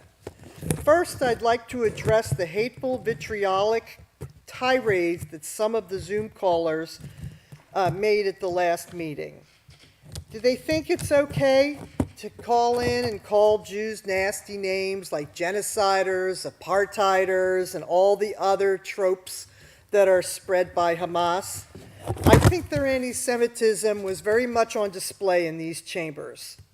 But I'm here to discuss non-governmental organizations, also known as NGOs. They account for up to $1 billion being transferred to Gaza with no transparency of where the money is actually being used. NGOs are the lifeblood of terrorist funding. The Redwood Peace and Justice Coalition, who would like Arcata to commit material support to Gaza as a sister city, recently stated in this room that it collected $5,000 and transferred it as an NGO to their handler, Mr. Mohammed El-Shakra, who is the International Cooperation and Development Liaison to the Palestinian Authority, the very same group that funds Pay for Slay.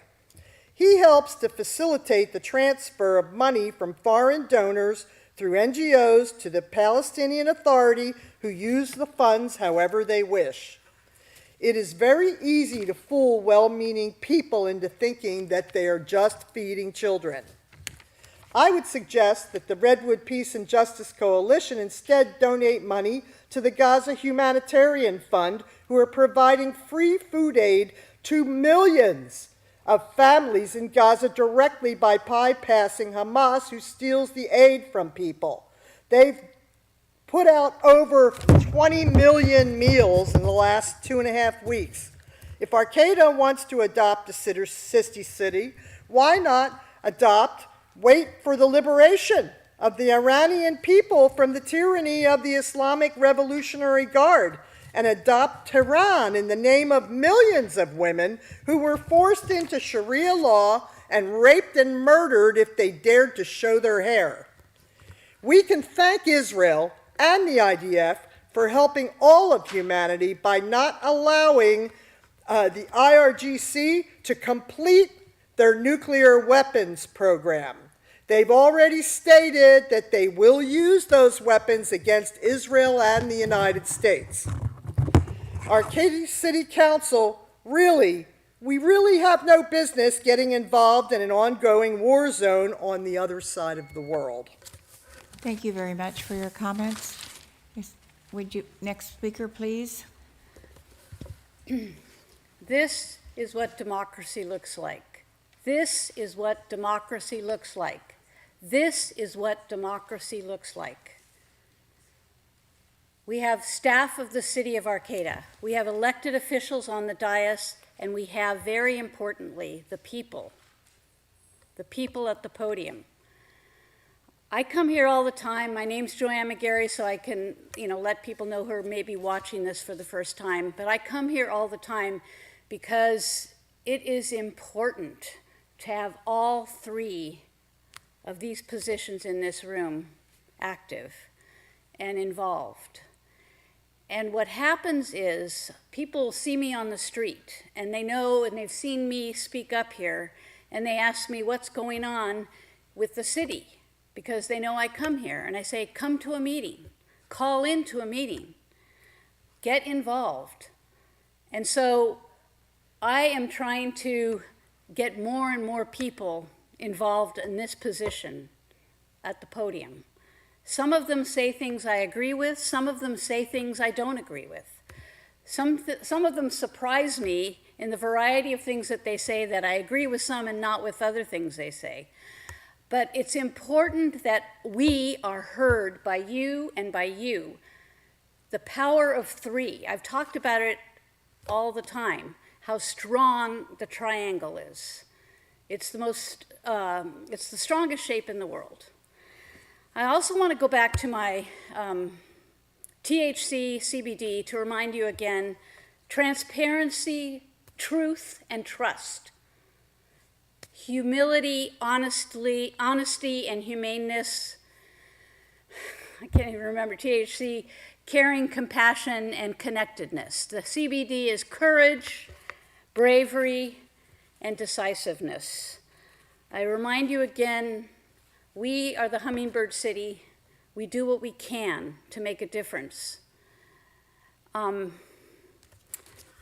just finished this book that people have alluded to. One day, everyone will have always been against this. One day, everyone will always have been against this. It's a really important book. I encourage people to take a look. So finally, I participated last weekend in the protest, and I also went to the Golden Rule event, the Golden Rule Peace Boat, which we are so lucky to have here because it's historic peace boat to sail for a nuclear-free future. So I'm going to try and get as involved as possible with that, but I'm going to end this by saying, no kings and no queens. Thank you very much. And do we have anyone else that would like to speak this evening in the audience? Do we have anyone on Zoom? Yes, I see one hand raised on Zoom. Okay, thank you. Alice, please go ahead.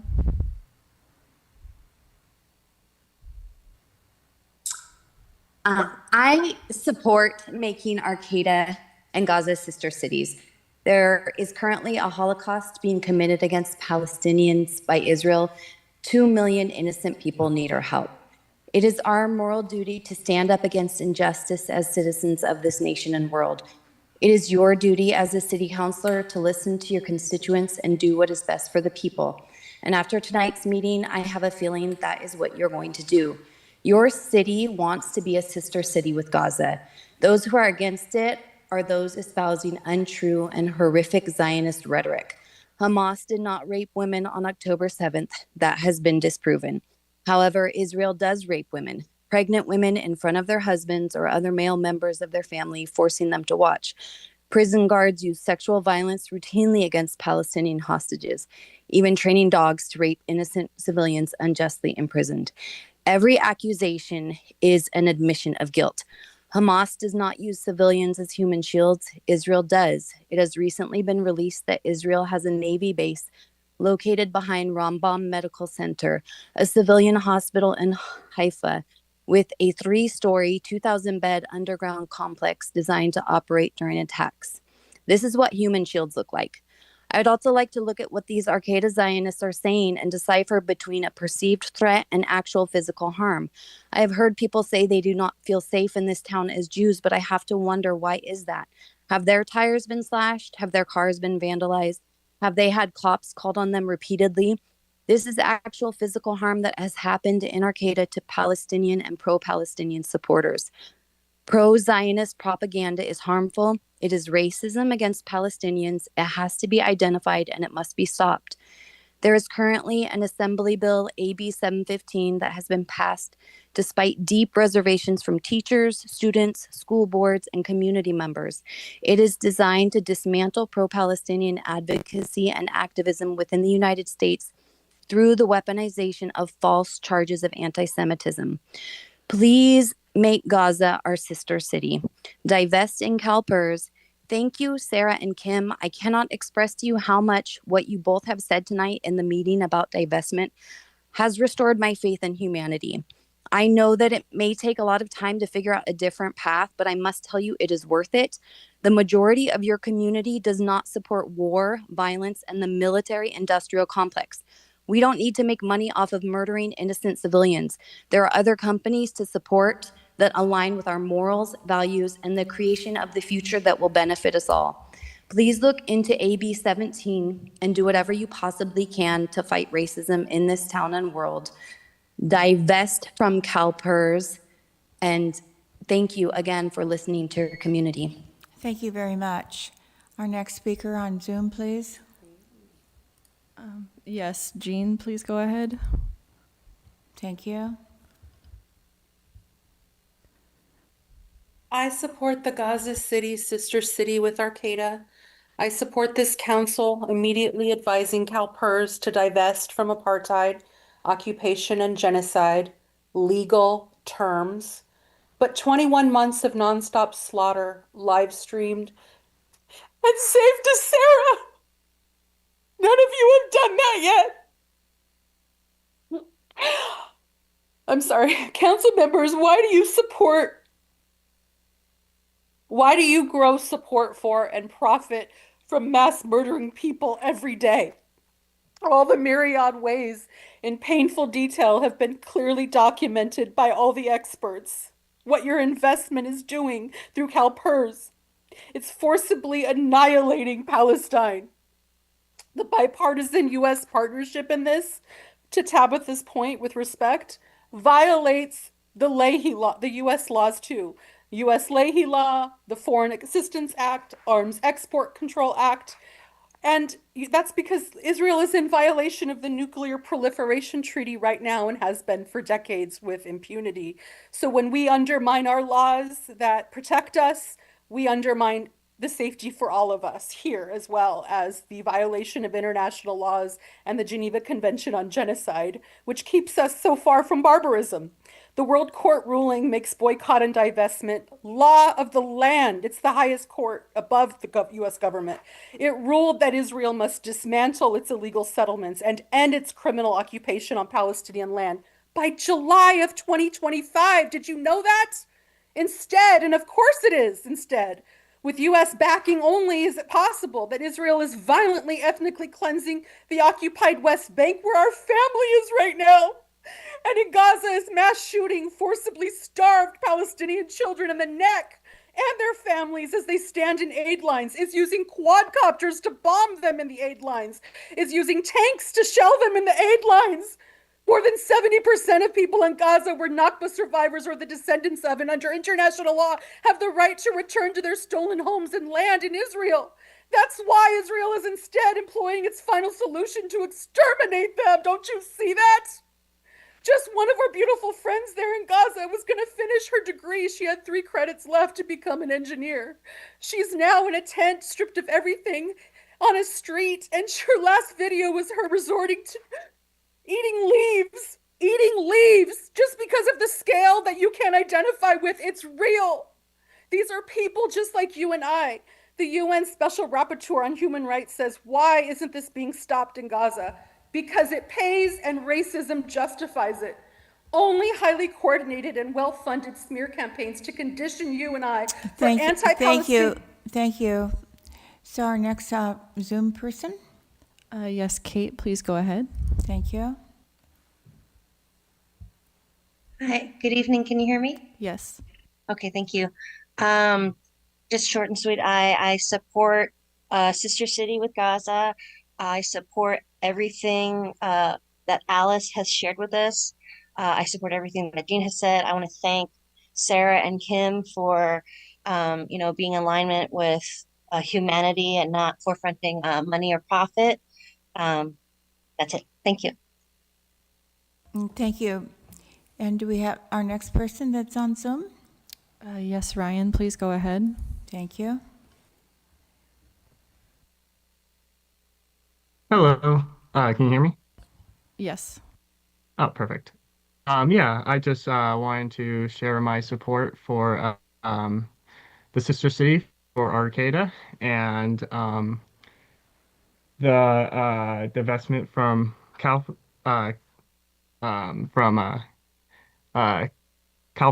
and yeah, and I wouldn't recommend you fall victim of any conspiracy theories like this pay for Slade, which is just a simple thing that the PA does to help families that have been affected by Israel's violent occupation and apartheid system.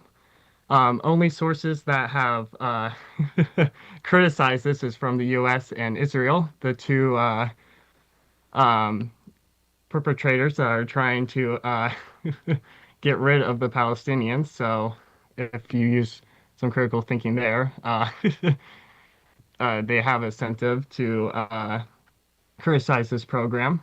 But aside for that, yeah, I say please support the sister city and the divestment. Thank you very much. Our next speaker on Zoom, please.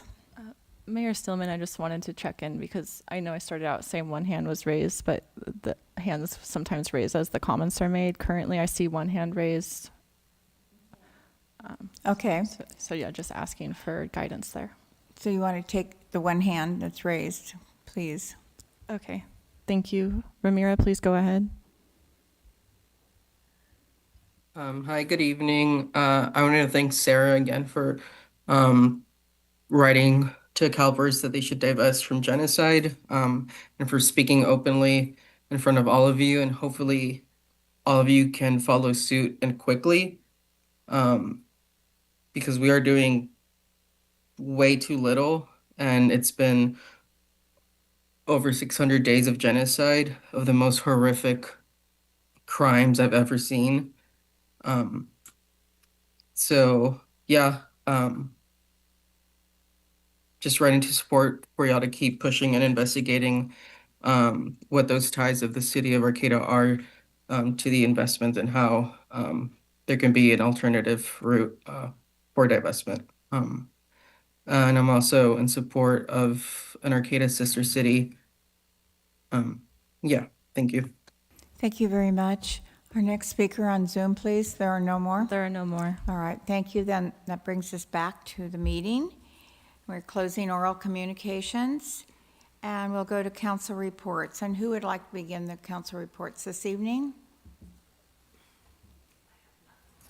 Are there any council reports this evening? Okay, Stacy, thank you. I'll go. I kind of gave one earlier that I did attend a homelessness and housing meeting. Also helped Councilmember Matthews do a little prep work for the Oyster Festival. Attended a gathering on the plaza with Centro de Pueblo. Our city manager was there along with our mayor and Councilmember Matthews. And that was in support of the immigrants in our community and people that are feeling threatened, and how to work together to protect those folks. And so I do appreciate the work that Centro de Pueblo is continuing to do in our community. Also, listened to and participated in a presentation from Cal Yimby regarding housing. That's Yes in My Backyard, in a meeting this morning. And I think that's all. Thank you. Could I just do my report, because I did everything that she did? Except I ran the merchandising booth. I didn't help prep for Oyster Festival. So, all right, next, please. So, yeah, unfortunately, I had another commitment, so I was not able to attend the meeting that the rest of our council member did. But just to say that I'm always in support of our immigrant community, Centro de Pueblo, and as a CUNA coordinator, that is a given. My highlight of the day today was attending Arcata's first, might I say, premier dog park ribbon cutting ceremony in Valley West, and it's just been a pleasure to see so many folks already using this dog park and so many dogs with huge smiles on their faces. So it was wonderful. I also attended the PACE ribbon cutting, albeit late. Apologies for that. But I'm thrilled that we have this service now in our, available in the Valley West to serve all of Arcata seniors. And undoubtedly, this will change so many lives of our seniors. I also had the opportunity to be a participant in the incredible Oyster Festival celebrating 35 years. And I am so looking forward to doing next year's celebration. And after all of her hard work, having Council Member Meredith Matthews on the other side of the celebration as a patron. So, yes. This Sunday, there will be a Valley West's first Music in the Park Food Truck Festival. It is a free event at Carlson Park. This is a family-friendly event with 3 live bands to include Ponies in Harmony, Lost Dogs, Mojo Rockers, hope to see you there. And also the following weekend on Saturday, June 28th, another free Carlson Park Valley West hosting their 3rd annual Tianguis, which is a Latinx-style flea market. And it will be featuring live bands to include the Latin Peppers and Banjo Makes 3. And I will be attending the Redwood Region Economic Development Commission next Monday evening, and will report back at our next upcoming council meeting. That's all I got. All right. Well, I would like to thank all of my fellow councilwomen for helping out and participating in Oyster Fest. It was an incredible event. Not for nothing, it takes an incredible amount of work to plan an event of that scope, and it was a wonderful day. I would love to thank the City of Arcata, Parks and Recreation Department, Bright and Green Humboldt, that made this a zero waste event. Every single volunteer, if you love and enjoy all of these events that goes on in Arcata, volunteering is a great way to make it happen. I really value you all for showing up and helping out. And I'm gonna miss my job, but I'm gonna be really happy to be able to support all the wonderful things that the Chamber of Commerce does. Also, on a sadder note, there's some really terrible legislation passed today against the transgender community, and I just want you to know the City of Arcata unequivocally supports our transgender community. That's it. I skipped right to Stacey because I said I had nothing to report, but I will add I had a blast doing the oyster calling contest again, and you got on the news. I guess that's really the footage they wanted, was people screaming into a microphone. So that was always just a pinnacle of my Arcata experience. I love the Oyster Festival. It was my first outing as a little newborn baby, as I always tell people. So thank you to the Chamber team for making it such a great experience. And I think this year really was one of the best ones yet. So So I just have one thing to add, and I don't think I said it last time, but we had the hydrogen bus ribbon cutting. And that was really quite exciting, and that's the first of 15 that are going to be coming. And at HCOG, I went to HCOG as a representative for Humboldt Transit Authority as the vice chair, and they're getting funding in order to be able to help assist to build the hydrogen fuel station, because right now they have a temporary one, and the bus functions better than they expected. So they put it through a tough test and it made it. So with that, we're going to go on to dates and future meetings, agenda items, and so we're going to cancel July 2nd, 2025 council meeting. B, we're going to confirm a joint study session with the Planning Commission on June 30th, 2025 at 5:30 here in the council chambers.